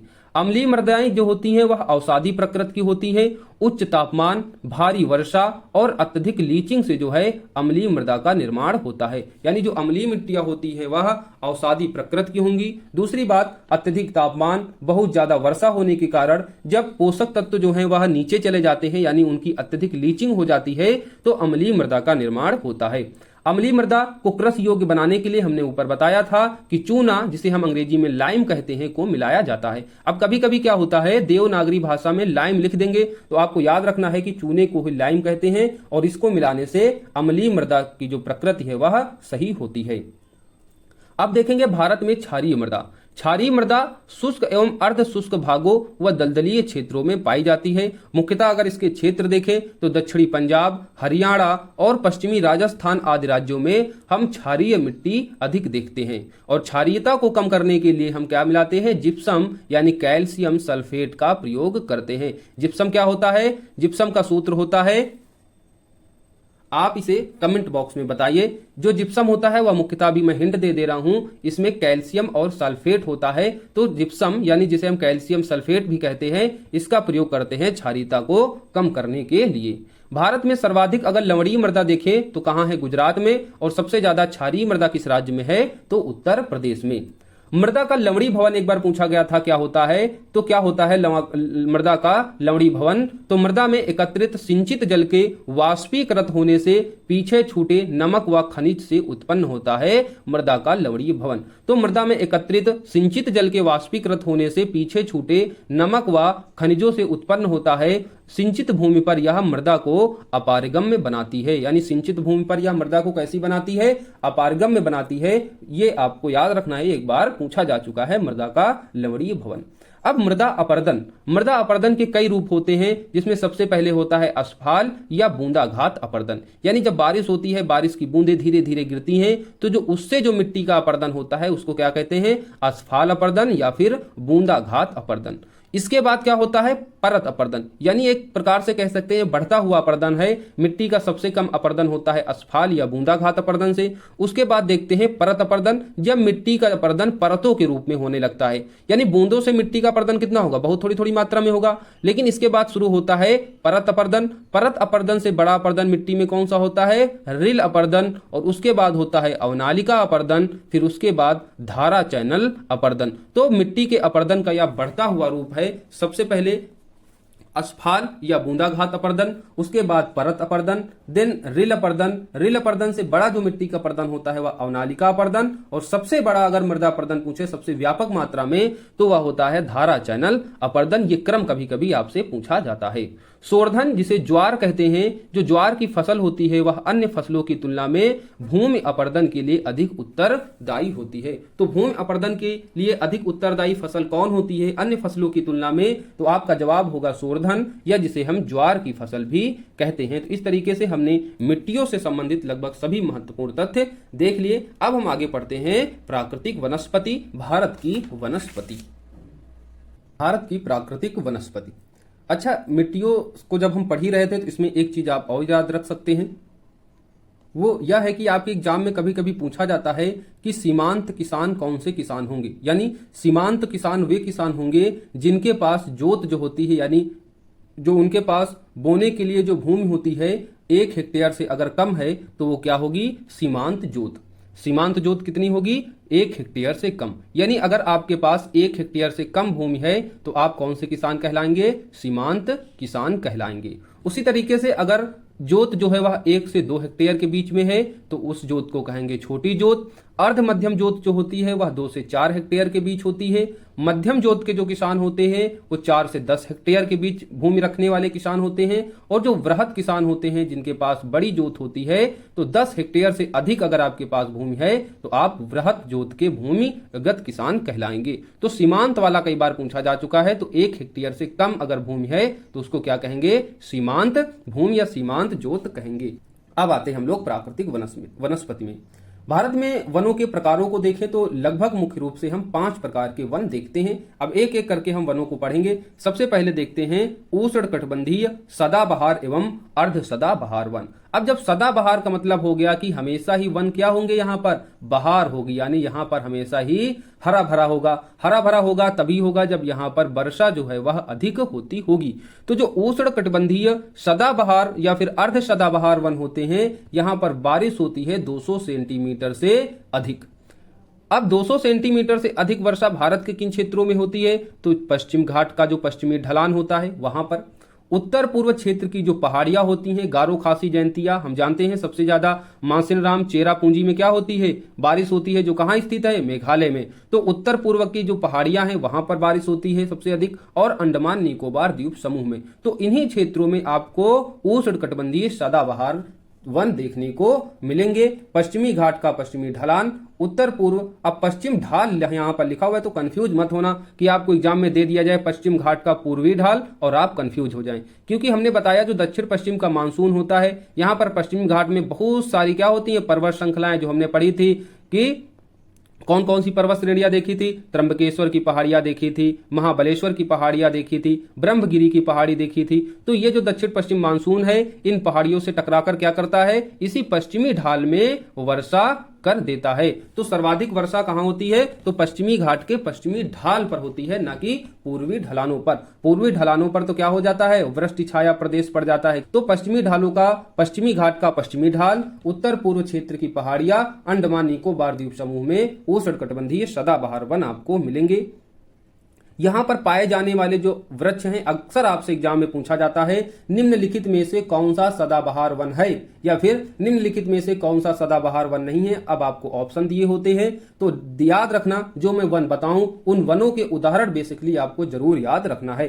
तो उष्णकटिबंधीय सदाबहार या अर्ध सदाबहार वन पूछा जाए तो आप बताना इसमें जो वृक्ष होते हैं, रोजवुड वृक्ष, महोगनी, एनी, एबनी, ये जो वृक्ष होते हैं ये वृक्ष मुख्यतः उष्णकटिबंधीय सदाबहार या अर्ध सदाबहार वन होते हैं। कौन कौन से, महोगनी याद रखना, रोजवुड याद रखना, एबनी, एबनी को हम क्या कहते हैं, एबनी को हम आबनूस भी कहते हैं। तो अगर आपसे आबनूस दे दिया जाए तो कंफ्यूज ना होना, यही एबनी वृक्ष ही आबनूस कहलाता है। तो महोगनी, एबनी यानी आबनूस। सिनकोना भी याद रखिएगा, यहां पर नहीं लिखा हुआ है, सिनकोना वृक्ष भी क्या है, उष्णकटिबंधीय सदाबहार वन है। नारियल जो है, नारियल और रबड़, ये भी कैसे वृक्ष हैं, तो ये भी उष्णकटिबंधीय सदाबहार वन है। नारियल, रबड़, सिनकोना, महोगनी, आबनूस, ये सब उष्णकटिबंधीय सदाबहार या अर्ध सदाबहार वन है। अब हम नेक्स्ट पढ़ते हैं उष्णकटिबंधीय पर्णपाती वन। उष्णकटिबंधीय पर्णपाती वन, अब सदाबहार देखो सदैव हरे भरे होते हैं, मैंने पहले ही चर्चा कर दी थी। उष्णकटिबंधीय पर्णपाती वन या जिन्हें हम मानसूनी वन भी कहते हैं, यहाँ पर वर्षा कितनी होती है, यानी कितने सेंटीमीटर से कितने सेंटीमीटर की वर्षा के बीच ऐसे वन देखने को मिलेंगे। तो अगर 70 से 200 सेंटीमीटर की वर्षा का क्षेत्र है तो आपको वहां पर उष्णकटिबंधीय पर्णपाती वन, जिन्हें मानसूनी वन भी कहते हैं, आपको मिलेंगे। अब ये 2 प्रकार के होते हैं। 2 प्रकार के होने का मतलब है, अब लिखा हुआ है 70 से 200 सेंटीमीटर, तो जब वर्षा 100 से 200 सेंटीमीटर हो तो ऐसे वनों को क्या कहेंगे, आर्द्र पर्णपाती वन। और जब वर्षा 70 से 100 सेंटीमीटर के बीच हो तो उसे कहेंगे शुष्क पर्णपाती वन। अब देख लेते हैं आर्द्र पर्णपाती वन। ये वन उत्तर पूर्वी राज्यों, हिमालय के गिरिपदीय क्षेत्रों, पश्चिम घाट का पूर्वी ढाल। सदाबहार वन होते हैं पश्चिम घाट के पश्चिमी ढाल पर, और पश्चिम घाट के पूर्वी ढाल पर होंगे आर्द्र पर्णपाती वन। इसके बाद उड़ीसा और अन्य क्षेत्र कौन से हैं, हिमालय का गिरिपदीय क्षेत्र, उत्तर पूर्वी के क्षेत्र। प्रमुख अगर वृक्ष देखें आर्द्र पर्णपाती के वनों के, तो सागवान, साल, शीशम, महुआ और आंवला, ये जो वृक्ष हैं ये कैसे वन हैं, तो ये आर्द्र पर्णपाती वनों के वृक्ष हैं। याद रखना, बहुत बार एग्जाम में पूछा जा चुका है, सागवान, साल, शीशम, महुआ, आंवला कैसे वन है, तो ये आर्द्र पर्णपाती के वन हैं। दूसरी तरफ शुष्क पर्णपाती वन, जहां 70 से 100 सेंटीमीटर के बीच वर्षा होती है, तो यह प्रायद्वीपीय पठार का अधिक वर्षा वाला क्षेत्र, उत्तर प्रदेश एवं बिहार के जो क्षेत्र हैं, यहाँ पर शुष्क पर्णपाती वन देखने को मिलते हैं। और इन वृक्षों में आप देखेंगे तेंदुआ, पलाश, बेल, खैर आदि जो वृक्ष हैं वह शुष्क पर्णपाती के हैं। हम देखते हैं उत्तर प्रदेश और बिहार में इस तरीके के बेल के पेड़, खैर के पेड़, तेंदू, पलाश ये सब देखते हैं ना। कारण यही है कि ये शुष्क पर्णपाती वन है और हमारे यहाँ वर्षा कितनी होती है 70 से 100 सेंटीमीटर के बीच। तीसरे नंबर के जो वन है उष्ण कटिबंधी कांटेदार वन। अब कांटेदार वन का मतलब क्या हो गया, जहां पर वर्षा कम होगी, मरुस्थलीय क्षेत्रों में ही उगते हैं ना कांटेदार वन, क्योंकि क्या होता है कांटेदार वन वाष्पोत्सर्जन को कम कर देते हैं।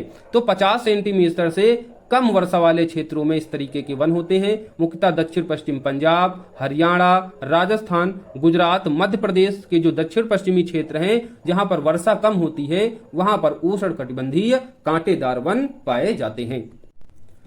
अब उष्ण कटिबंधीय कांटेदार वनों में कौन कौन से वृक्ष होंगे, तो आप जानते हैं बबूल। बबूल में जानते हैं कितने कांटे होते हैं। खजूर को रख सकते हैं इसमें। नीम यहां पर लिखा हुआ है, इसको करेक्शन कर लीजिए। जो नीम का जो वृक्ष होगा वह उष्ण कटिबंधीय शुष्क पर्णपाती वनों में होता है, ना कि ये कांटेदार वन है। तो यहां पर कांटेदार वनों में आप बबूल को रख सकते हैं, खजूर को रख सकते हैं, खेजड़ी और पलाश को रख सकते हैं, क्योंकि ये भी क्या है, ये भी मरुस्थलीय क्षेत्रों में अधिक पाए जाते हैं। नागफनी को रख सकते हैं, नागफनी में बहुत सारे कांटे होते हैं। तो ये सारे वन जो है वह उष्ण कटिबंधीय कांटेदार वन होते हैं। अब आइए चलते हैं पर्वतीय वनों की तरफ। तो हिमालय पर्वत व दक्षिण भारत के जो पर्वत होते हैं यहां पर जो वन पाए जाते हैं वह पर्वतीय वन कहलाते हैं। सोलास जो वन है वह नीलगिरी, अन्नामलाई व पालनी पहाड़ियों पर पाए जाने वाला वन है। तो आपको याद रखना है, अगर आपसे सोलास के बारे में पूछा जाए तो आप बताएंगे यह नीलगिरी, अन्नामलाई, पलानी की पहाड़ियों पर पाए जाने वाला वन है। पर्वतीय वनों में और भी कई उदाहरण हैं, जैसे आप देवदार के वन देखते हैं, स्प्रूस, चीड़, है ना, ये सारे जो वन हैं ये सभी भी क्या हैं, ये पर्वतीय वनों के उदाहरण हैं जो कोणधारी सदाहरित वन होते हैं। फिर उसके बाद देखते हैं विलांचली और अनूप वन। विलांचली और अनूप वन कहाँ होते हैं, तो आर्द्र भूमि के जो क्षेत्र होते हैं, डेल्टाई क्षेत्र जो होते हैं, नदियों के द्वारा जो डेल्टा बनाया जाता है वो क्षेत्र, आर्द्र भूमि के क्षेत्र और समुद्र तटीय के क्षेत्र यानी समुद्र तटों के किनारे जो क्षेत्र होते हैं वो विलांचली का मतलब क्या होता है, जो दलदली भूमि होती है जहां पर अधिकांश समय पानी भरा होता है। तो वैसे क्षेत्रों में उगने वाले वन विलांचली या फिर अनूप वन कहलाते हैं। तो इस तरीके से हमने वनों के बारे में देखा, डिफरेंट टाइप के वन देखे। आई होप अभी तक आप इस वीडियो को एंजॉय कर रहे होंगे। बहुत ही महत्वपूर्ण तथ्यों को आपके साथ शेयर किया जा रहा है। ये तथ्य आपके एग्जाम में बहुत ज्यादा पूछे जाते हैं, इनका बार बार रिवीजन करना भी इंपॉर्टेंट है और समझना भी। इसलिए हम पढ़ाने के साथ साथ आपको बीच बीच में जहां समझाने वाली चीजें होती हैं उसको समझाने की भी कोशिश करते हैं। अब हम पढ़ेंगे भारत की प्रमुख जनजातियां। अब जनजातियों में कोई ऐसी चीज नहीं है जो समझाई जाए, यहां से अक्सर क्वेश्चन पूछे जाते हैं। डिफरेंट जनजातियों के नाम होते हैं और आपको बताया जाता है कि वह कौन से राज्य में स्थित है। तो प्रश्नों की प्रकृति कुछ ऐसी होती है, या तो आपसे राज्य देके जनजाति पूछी जाएगी कहां की है, या तो जनजाति देकर आपसे राज्य पूछा जाएगा कि यह जनजाति किस राज्य की है। तो एक एक राज्य को उठाएंगे, वहां पर कौन कौन सी जनजाति पाई जाती हैं अब ये हम देख लेते हैं, एग्जाम के लिए इंपॉर्टेंट है।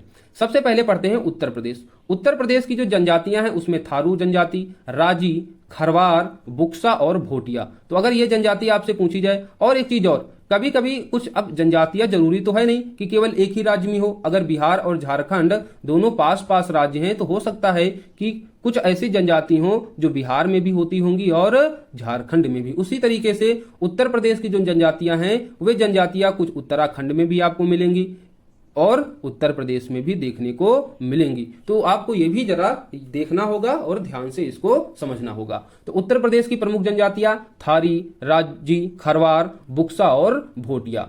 बिहार की जनजातियों की बात करें तो यहाँ पर असुर, बिरहोर, खरिया और कोरवा जो है प्रमुख जनजातियां होती हैं। झारखंड देखें तो झारखंड में तो बहुत सारी जनजातियां हैं, लेकिन प्रमुख रूप से उराव, हो, बिरहोर, खरवार, आसुर, बैगा जनजाति, भूमिज जनजाति, खोंड और कोरवा। और हो जनजाति से ही कौन थे, बिरसा मुंडा। बिरसा मुंडा को जानते ही होंगे, हमारे बिरसा भगवान।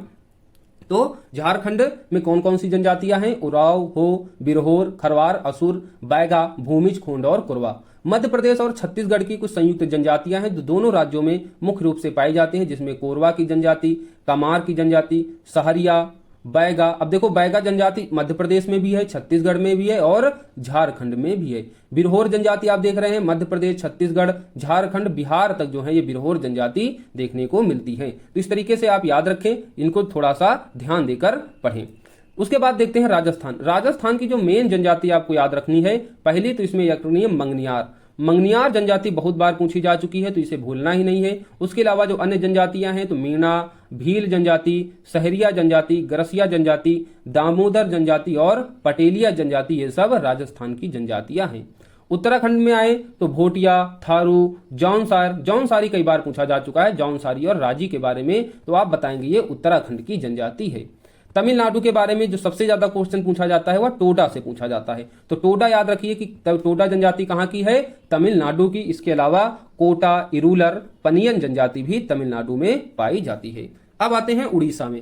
उड़ीसा में सबसे ज्यादा जनजाति आपके एग्जाम में पूछा जाता है प्रश्न, वो पूछा जाता है बोंडो और खरिया से। तो बोंडो और खरिया जनजाति हैं उड़ीसा में। इसके अलावा दो अन्य जनजाति हैं प्रमुख रूप से, बिरहोर और जुआंग। कर्नाटक की कौन सी जनजातियां हैं, तो कुरबा, कोरगा और जेनु जनजातियां कहां पाई जाती हैं, कर्नाटक में। गुजरात में पाई जाती हैं सिद्दी, कोतवालिया और कोलघा जनजाति। पश्चिम बंगाल की टोटो जनजाति बहुत बार पूछी जा चुकी है, और लोधा जनजाति। तो टोटो और लोधा जनजाति और बिरहोर जनजाति जो है वह पश्चिम बंगाल में पाई जाने वाली जनजाति है। अंडमान निकोबार द्वीप समूह की जनजाति देखें तो सेम्पोन, कई बार बहुत इंपॉर्टेंट है अंडमान निकोबार की जनजातियां, तो इसमें सेम्पेन, जरवा, सेंटली, ओंगे, ग्रेट अंडमानी, ये सभी अंडमान निकोबार की जनजातियां हैं। कौन कौन सी अंडमान निकोबार की, तो सेम्पेन, जरवा, सेंटली, ओंगे, ग्रेट अंडमानी। अब कुछ है कॉमन जनजाति जो डिफरेंट राज्यों में होती हैं। जैसे भील जनजाति जो है वह कौन कौन से राज्यों में मिलेंगी, आपको गुजरात में मिलेगी, मध्य प्रदेश, छत्तीसगढ़, महाराष्ट्र और राजस्थान में जो है भील जनजाति होती है। तो आपसे एग्जाम में पूछ लिया जाएगा भील जनजाति निम्नलिखित में से किस राज्य में नहीं पाई जाती हैं, और आपको 3 ऑप्शन देंगे ये सारे, और 1 ऑप्शन दे देंगे कोई दूसरा राज्य, कहो उत्तराखंड दे दे, हिमाचल प्रदेश देंगे। तो आपको याद रखना है, किसी भी तरीके से पूछे, या फिर दे सकते हैं सभी ऑप्शन और लास्ट में दे देंगे इनमें से कोई नहीं। तो आपको इस तरीके से तैयार होना है कि भील जनजाति गुजरात, मध्य प्रदेश, छत्तीसगढ़, महाराष्ट्र, राजस्थान में। गोंड जनजाति उसी तरीके से डिफरेंट राज्यों में होती है, जिसमें बिहार, पश्चिम बंगाल, झारखंड, महाराष्ट्र, छत्तीसगढ़, मध्य प्रदेश, उत्तर प्रदेश, उड़ीसा, गुजरात और कर्नाटक, यहाँ पर गोंड जनजाति पाई जाती है। इसके अलावा गद्दी जनजाति के बारे में अगर आपसे एग्जामिनर पूछ ले तो आपका जवाब क्या होगा, गद्दी जनजाति के बारे में आपका जवाब होगा हिमाचल प्रदेश। फिर आते हैं संथाल पे। संथाल जनजाति जो है वह बिहार में जानते ही हैं, झारखंड में जानते ही हैं। संथाल आंदोलन हुआ था, पश्चिम बंगाल, उड़ीसा और त्रिपुरा में संथाल जनजातियां पाई जाती हैं। मुंडा जनजाति जो है वह बिहार, झारखंड, मध्य प्रदेश, छत्तीसगढ़ और पश्चिम बंगाल, उड़ीसा में। नेक्स्ट जनजाति है कोरवा जनजाति, जो पाई जाती है झारखंड और छत्तीसगढ़ में। कोल जनजाति यह बिहार, झारखंड, छत्तीसगढ़, मध्य प्रदेश और उड़ीसा में। अब एक क्वेश्चन आपसे अगर पूछा जाता है कि भारत की सबसे बड़ी जनजाति कौन सी है, आप मुझे जरा कमेंट बॉक्स में करके बताइए कि भारत की सबसे बड़ी जनजाति कौन सी है, यानी भारत में कौन सी जनजाति की संख्या सबसे अधिक पाई जाती है। अब हम आगे बढ़ेंगे कृषि के क्षेत्र में। कृषि के क्षेत्र में जो आपसे ज्यादातर पूछा जाता है कुछ इंपॉर्टेंट तथ्य, और उसके बाद भारत में होने वाली जो झूमिंग कृषि है उसके बारे में। तो भारत का विभाजन जो है वह 20 कृषि पारिस्थितिकी क्षेत्रों में हुआ है। तो अगर आपसे पूछ लिया जाए कि कृषि पारिस्थितिकी क्षेत्रों के संदर्भ में भारत में कितनी संख्या में इसका विभाजन किया गया है, तो आप बताएंगे कि भारत का अगर हम कृषि देखें तो यह 20 कृषि पारिस्थितिकी क्षेत्रों में विभाजित है। मिश्रित कृषि के बारे में बहुत ज्यादा एग्जाम में पूछा जाता है। तो मिश्रित कृषि का मतलब है कृषि के साथ साथ पशुपालन। तो कृषि के साथ अगर पशुपालन कर रहे हैं तो वह मिश्रित कृषि के अंतर्गत आ जाता है। अंतर फसली खेती का मतलब है कि एक ही भूमि पर एक साथ 2 या 2 से अधिक फसल उगाना। अंतर फसल क्या होता है कि एक ही समय में एक ही भूमि पर 1 से अधिक फसलों का उगाना।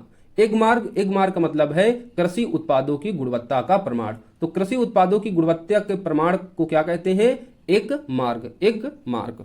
अब आते हैं भारत में झूमिंग कृषि। झूमिंग कृषि जो होती है मुख्यतः जनजातियों के द्वारा होती है।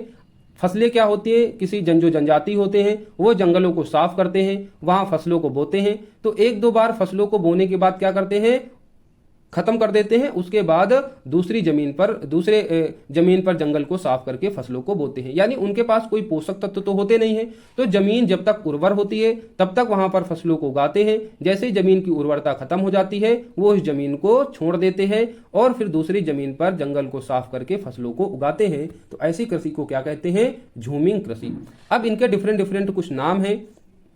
अब ये एग्जाम में आपसे पूछा जाता है कि इस राज्य में जो है झूमिंग कृषि को क्या कहते हैं, या फिर अन्य कोई राज्य है वहां पर झूमिंग कृषि को कुछ दूसरे नाम से जानते हैं, तो इसको देख लेते हैं। उत्तर पूर्व भारत बेसिकली असम, मेघालय, मिजोरम, अरुणाचल प्रदेश में इस तरीके की जब खेती की जाती है तो उसको कहते हैं झूम की कृषि। वहीं मणिपुर में जब इस तरीके की खेती की जाती है तो कहते हैं पामलू। तो याद रखिए, उत्तर पूर्वी भारत जिसमें असम, मेघालय, मिजोरम, नागालैंड राज्य आते हैं, यहां पर जंगलों को साफ करके जो खेती की जाती है उसे क्या कहते हैं, झूम की कृषि। मणिपुर में इस तरीके की जो कृषि होती है उसे कहते हैं पामलू। छत्तीसगढ़, अंडमान निकोबार द्वीप समूह में इस तरीके की खेती को कहते हैं दीपा। मध्य प्रदेश में कहते हैं झूमिंग कृषि को कहते हैं बेवर या फिर दैया की कृषि। आंध्र प्रदेश में कहते हैं इसे पोडू या पेंडा की कृषि। उड़ीसा में इसका नाम हो जाता है कोमान, बरीगा या फिर पामा डाबी। तो याद रखिए, ये सब एग्जाम में आपसे पूछे जाते हैं। पश्चिमी घाट कई बार पूछा जा चुका है कि पश्चिमी घाट में झूमिंग कृषि को जो कहते हैं वो कहते हैं कुमारी। तो कुमारी कृषि जो है एक प्रकार से झूमिंग कृषि है जिसका नाम पश्चिमी घाट में होता है। दक्षिण पूर्वी राजस्थान में वलारे या वालतरे कहते हैं इस प्रकार की कृषियों को। हिमालयन क्षेत्र में इसको खिल कहते हैं, कई बार पूछा जा चुका है खिल के बारे में। तो खिल क्या है, एक प्रकार की झूमिंग कृषि है जो हिमालयन क्षेत्र में होती है। झारखंड में इसे कुरवा कहते हैं। इसी तरीके से विश्व में भी झूमिंग कृषि होते हैं जिनके अलग अलग नाम हैं, डिस्कस कर लेते हैं अभी यहीं पर। तो अगर मैक्सिको और मध्य अमेरिका में पूछा जाए कि झूमिंग कृषि का क्या नाम है तो बताएंगे मिल्पा।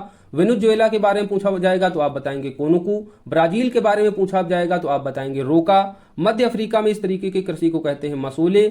और इंडोनेशिया या फिर मलेशिया के क्षेत्र में इस तरीके की कृषि होती है तो कहते हैं लदांग। और वियतनाम में झूमिंग कृषि को कहते हैं रे। तो वियतनाम में झूमिंग कृषि को कहते हैं रे, इंडोनेशिया, मलेशिया में कहते हैं लदांग, मध्य अफ्रीका के क्षेत्रों में कहते हैं मोसले, ब्राजील में रोका, वेनेजुएला में कोनोकू और मैक्सिको के क्षेत्र में मिल्पा कहते हैं। तो हमने कृषि देख लिया। अब आते हैं हम लोग खनिजों के क्षेत्र में। खनिज आपके एग्जाम में पूछे जाते हैं तो इनको भी देख लेते हैं। खनिज जो है कुछ प्रमुख पहले तथ्य देखेंगे, फिर हम देखेंगे कौन कौन से खनिज जो है वह डिफरेंट राज्यों में होते हैं, यहां से क्वेश्चन पूछे जाते हैं। खनिजों के बारे में एक तथ्य आपसे पूछा जाता है कि किस प्रकार की चट्टानें जो हैं सर्वाधिक खनिज संपन्न है। तो आपका जवाब होगा आर्कियन युग की जो धारवाण क्रम की चट्टानें हैं वह सर्वाधिक खनिज संपन्न चट्टानें हैं। तो जो धारवाण क्रम की चट्टानें हैं यहां पर सर्वाधिक खनिज पाया जाता है। ईंधन, कोयला, पेट्रोलियम, अवसादी शैलों की चट्टानों में पाया जाता है। तो जो ईंधन वाले खनिज होते हैं कोयला और पेट्रोलियम है, ये किस तरीके की चट्टानों में पाए जाते हैं, तो ये अवसादी चट्टानों में पाए जाते हैं। छोटा नागपुर को भारत का रूर प्रदेश कहते हैं, इस तथ्य को याद रखना। तो छोटा नागपुर को क्या कहते हैं हम, रूर प्रदेश कहते हैं, भारत का रूर प्रदेश। प्रमुख खनिज संस्थान है जैसे हिंदुस्तान कॉपर लिमिटेड, यह कहां स्थित है, तो खेतड़ी में स्थित है। हिंदुस्तान जिंक लिमिटेड पूछा जाए तो यह उदयपुर में स्थित है। भारतीय खान ब्यूरो कहां है, तो भारतीय खान ब्यूरो है नागपुर में। नागपुर कहां है, तो यह महाराष्ट्र में है। राष्ट्रीय धातु कर्म प्रयोगशाला पूछे तो आप बताएंगे जमशेदपुर में है। केंद्रीय खनन एवं ईंधन अनुसंधान केंद्र धनबाद कई बार पूछा जा चुका है। और खनिज अन्वेषण निगम लिमिटेड कहां है, नागपुर में। तो नागपुर में दो हमने देखे खनिजों से संबंधित संस्थान कौन कौन से, भारतीय खान ब्यूरो संस्थान और खनिज अन्वेषण निगम लिमिटेड। और धनबाद में क्या देखा, केंद्रीय खनन एवं ईंधन संस्थान केंद्र। वहीं खेतड़ी और उदयपुर में देखा हमने हिंदुस्तान कॉपर लिमिटेड खेतड़ी में और हिंदुस्तान जिंक लिमिटेड उदयपुर में। इस तरीके से कुछ महत्वपूर्ण खनिज संस्थान देखे। अब देखेंगे हम लौह खनिज। लौह खनिजों में देखें तो लौह अयस्क के कुल आरक्षित भंडारों का लगभग 95% भाग उड़ीसा, झारखंड, छत्तीसगढ़, कर्नाटक, गोवा, आंध्र प्रदेश तथा तमिलनाडु राज्यों में पाया जाता है। तो लौह खनिजों में हमने क्या जाना कि इसका 90% भाग जो है वह कहां पाया जाता है, तो उड़ीसा, झारखंड, आंध्र प्रदेश, गोवा, तमिलनाडु राज्यों में पाया जाता है। लौह अयस्क 4 प्रकार के होते हैं जिसमें हेमेटाइट, मैग्नेटाइट, लाइमोनाइट और सिडेराइट। तो ये लौह अयस्क के 4 प्रकार हैं। हेमेटाइट अयस्क को लोहे का ऑक्साइड भी कहा जाता है। तो आपसे पूछा जाए कि लोहे का ऑक्साइड किसे कहा जाता है, तो आप बताएंगे हेमेटाइट अयस्क को। इसका रंग कैसा होता है, इसका रंग होता है लाल गेरुआ कलर का। यह मुख्यतः धारवाड़ और कुडप्पा सेलों में पाया जाता है। तो लौह अयस्क के बारे में ये चीजें आपको याद रखना है। कौन से मुख्य स्टेट हैं, अगर हम स्टेटों के क्रम के बारे में देखें वर्तमान स्थिति में, तो सबसे ज्यादा जो लौह अयस्क है, लौह खनिज है, उनके उत्पादन में उड़ीसा, सर्वाधिक होता है यहाँ पर। लेकिन भंडारण के बारे में बात करेंगे तो कर्नाटक में इसका सर्वाधिक भंडारण है। उत्पादन के मामले में उड़ीसा जो है वह सर्वाधिक लौह अयस्क खनिज उत्पादक राज्य है। लौह अयस्कों का प्रादेशिक वितरण ये बहुत इंपॉर्टेंट है, आपसे पूछे जाते हैं ये प्रमुख रूप से जो खाने हैं, जो क्षेत्र हैं, ये किसके लिए फेमस हैं। तो उड़ीसा की कुछ खाने, कुछ क्षेत्र हैं जो लौह अयस्क के लिए फेमस है, जिसमें मयूरभंज जनपद में गुरु महिसाने, बादाम की पहाड़ियाँ, क्योंझर जिले के किरूबरू, सुंदरगढ़ जिले के मलांग, ये जो हैं सभी लौह अयस्क के लिए प्रसिद्ध हैं। तो उड़ीसा में गुरु महिसाने, सुलेपत, बादाम का क्षेत्र, क्योंझर और सुंदरगढ़ जो है ये लौह अयस्क के लिए प्रसिद्ध हैं। कहाँ स्थित हैं ये? उड़ीसा में। उसी तरीके से कर्नाटक की बेल्लार की खाने, चित्रदुर्ग, चिकमंगोल, शिमोगा, बाबा बूदन की पहाड़ियां, ये सभी लौह अयस्क के लिए प्रसिद्ध हैं, कर्नाटक में स्थित हैं। एक बार फिर से देख लो, वेल्लारी, चित्रदुर्ग, चिकमंगोल, शिमोगा, बाबा बूदन की पहाड़ियां। तो आपसे पूछ ले बाबा बूदन की पहाड़ियों में निम्नलिखित में कौन सा सर्वाधिक खनिज पाया जाता है, तो आपका जवाब होगा लौह खनिज। छत्तीसगढ़ के कुछ क्षेत्र हैं जिसमें Rajnandgaon, Bailadila, this is the very important, Bailadila की खाने छत्तीसगढ़ में हैं जो लौह खनिज के लिए प्रसिद्ध हैं। जगदलपुर, दंतेवाड़ा, बस्तर, दुर्ग आदि क्षेत्र भी लौह अयस्क यहाँ पर देखने को मिलता है। उसी तरीके से झारखंड के जो लौह अयस्क क्षेत्र हैं उसमें नोवा मुंडी बहुत इंपॉर्टेंट है, डाल्टनगंज और सिंहभूमि जिला लौह अयस्क के लिए प्रसिद्ध हैं। आंध्र प्रदेश के क्षेत्र देखें तो यहाँ पर कृष्णा, कर्नूल, कुडप्पा और नल्लोर क्षेत्र हैं। वहीं महाराष्ट्र का पीपली गांव, आसोला, देवलगांव और सूरजगढ़ आदि क्षेत्र लौह अयस्क यहाँ पर पाया जाता है। अब कुछ अन्य खनिज हैं, लौह अयस्क के बारे में ज्यादा पूछा जाता है, इसलिए यहाँ पर हमने इसको डिटेल्स देख लिया। अब कुछ अन्य खनिज भी हैं जिनके प्राप्ति स्थल और वो किस राज्य में स्थित है, इन्हें देखते हैं, यहीं से आपके क्वेश्चन बनते हैं। तो मैग्नीज की बात करें तो मैग्नीज जो है उड़ीसा के क्षेत्रों में देखें तो क्योंझर, सुंदरगढ़, कॉरपोट और कालाहंडी में मैग्नीज मिलता है। इंपॉर्टेंट है, आपसे पूछा जाएगा कालाहंडी और कोरपुट उड़ीसा की जो क्षेत्र हैं, सबसे पहले तो आप क्षेत्र का नाम याद रखें, किस राज्य में है ये चीज, दूसरी चीज किस खनिज के लिए ये प्रसिद्ध हैं वो याद रखना है। तो कारकोट, कालाहंडी कहाँ है? ये उड़ीसा में है और किसके लिए प्रसिद्ध है? तो मैग्नीज के लिए। उसी तरीके से महाराष्ट्र के जो क्षेत्र हैं, चाहे वो नागपुर हो, ढूंढारी हो या भंडारा हो, ये भी मैग्नीज उत्पादन के लिए प्रसिद्ध है। मध्य प्रदेश का जो बालाघाट है, this is the very important, बहुत बार पूछा जा चुका है, तो बालाघाट याद रखिए, यहाँ मैग्नीज जो है वो बड़ी मात्रा में पाया जाता है और यह मध्य प्रदेश में स्थित है। तो बालाघाट के अलावा मध्य प्रदेश में छिंदवाड़ा, झबुआ और जबलपुर, देवास में मैग्नीज होता है। नेक्स्ट आते हैं राजस्थान में, देखते हैं तांबा जो है बहुत होता है और बेसिकली खेतड़ी की जो खाने हैं जो राजस्थान के झुंझुनू जिले में हैं, ये सबसे ज्यादा इंपॉर्टेंट है तांबे के लिए। तो खेतड़ी की खाने हो गई। उसके अलावा भी कुछ क्षेत्र हैं जैसे दिलवारा, कोरवाली का क्षेत्र हो गया, खो दरीबा का क्षेत्र और दरीबा अगाचू का क्षेत्र। लेकिन जो याद रखना है आपको सबसे इंपॉर्टेंट, खेतड़ी की खाने कहाँ है? राजस्थान में। और किस लिए प्रसिद्ध हैं या किसके खनिज उत्पादन के लिए जानी जाती हैं? तो यह तांबे के उत्पादन के लिए। झारखंड में भी तांबा होता है, कहां? तो सिंहभूम जिले का जो मोसाबानी क्षेत्र है, इंपॉर्टेंट है, पूछा जा चुका है। मोसाबानी क्षेत्र में आपको याद रखना है, यहां पर होता है तांबा। उसी तरीके से आते हैं बॉक्साइट। बॉक्साइट के उत्पादन में भी उड़ीसा जो है अग्रणी राज्य है, जिसमें जो सबसे इंपॉर्टेंट क्षेत्र है बॉक्साइट में कालाहंडी का क्षेत्र। कोरपोट जिले में जो है देश का यह बृहत्तम क्षेत्र है कालाहंडी का क्षेत्र, जहां से बॉक्साइट उत्पादित होता है। गुजरात के कुछ क्षेत्र हैं जिसमें भावनगर, जूनागढ़ और अमरेली डिस्ट्रिक्ट को देख सकते हैं, जहां पर बॉक्साइट होता है। झारखंड का लोहरदग्गा और नेतरहाट का पठार। उसी तरीके से क्रोमाइट देखते हैं। क्रोमाइट के लिए उड़ीसा अग्रणी राज्य है और यहाँ का जो सुकिंदा घाटी है जो उड़ीसा के कटक जिले में पड़ता है, इंपॉर्टेंट है क्रोमाइट उत्पादन के लिए। दूसरा नौसाही जो उड़ीसा के क्योंझर डिस्ट्रिक्ट में स्थित है, यहाँ से भी क्रोमाइट पाया जाता है। तो उड़ीसा में दो जगह, एक तो सुकिंदा घाटी, दूसरा नौसाही। कर्नाटक का हासन, मैसूर, चित्रदुर्ग और चिकमंगलोर, ये भी जो है यहाँ से भी क्रोमाइट मिलता है। उसके बाद देखते हैं राजस्थान। राजस्थान में सीसा और तांबा ये बड़ी मात्रा में होते हैं, दूसरा एक चांदी। तो राजस्थान में हमने तांबा देखा था खेतड़ी की खान से, उसी तरीके से सीसा को देखेंगे राजस्थान में जावर के क्षेत्र से आपको सीसा जो है बड़ी मात्रा में मिलेगा। इसके अलावा राजस्थान की तारागढ़ पहाड़ी और जोधावास में भी आपको सीसा मिलेगा। जस्ता के बारे में देखें तो सीसा और जस्ता दोनों ही राजस्थान के जावर क्षेत्र में बहुत ही बड़ी मात्रा में यहाँ पर मिलता है और देश का सबसे बड़ा अगर जस्ता का क्षेत्र देखें तो वह जावर का क्षेत्र ही है। सिक्किम का एक भेतांग क्षेत्र है जहां पर जस्ता पाया जाता है। नेक्स्ट आते हैं सोना के लिए, और आप जानते हैं गोल्ड सबसे ज्यादा कहां पाया जाता है भारत में? कर्नाटक में। और कर्नाटक में देश का 90% सोना कहां से उत्पादित किया जाता है? तो कहां से किया जाता है? कोलार और हट्टी की खान से। आप यहां पर हट्टी लिख लीजिएगा, यहां पर छह बना हुआ है, छा तो छा नहीं होगा, यहां पर हा होगा। कोलार और हट्टी की खानों से देश का 90% सोना उत्पादित होता है और कोलार हट्टी की खान कहां है? कर्नाटक में। उसी तरीके से चांदी देखें तो चांदी के लिए राजस्थान प्रसिद्ध है और यहाँ का उदयपुर और चित्तौड़गढ़ जो जस्ते की खानें होती है यहीं से आपको चांदी मिल जाएगी। देन कर्नाटक में भी जहां से सोना मिलता है यहीं पर चांदी भी मिलती है कोलार और हट्टी की खानों में। झारखंड का सिंहभूम, धनबाद और दुमका जिला भी चांदी के लिए प्रसिद्ध है। तो कुछ इंपॉर्टेंट ये खनिज हैं और डिफरेंट डिफरेंट स्थल है, इनको एक बार और पढ़िएगा, रिवाइज कीजिएगा, आपको याद हो जाएगा।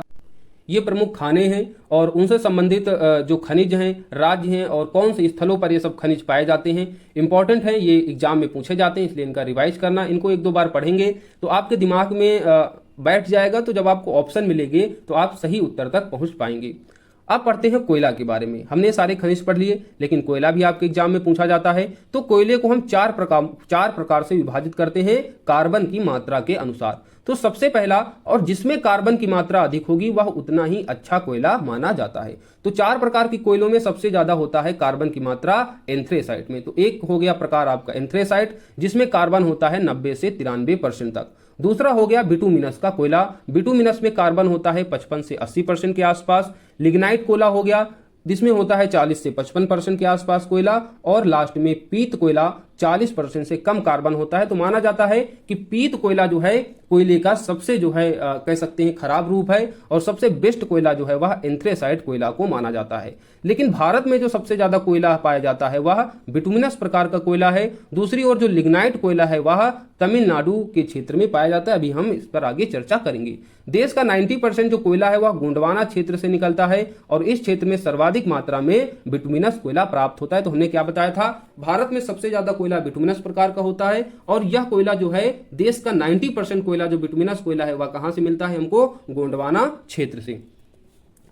एंथ्रेसाइट कोयला कोयले का सबसे कठोर एवं चमकीला रूप है क्योंकि इसमें कार्बन की सर्वाधिक मात्रा पाई जाती है।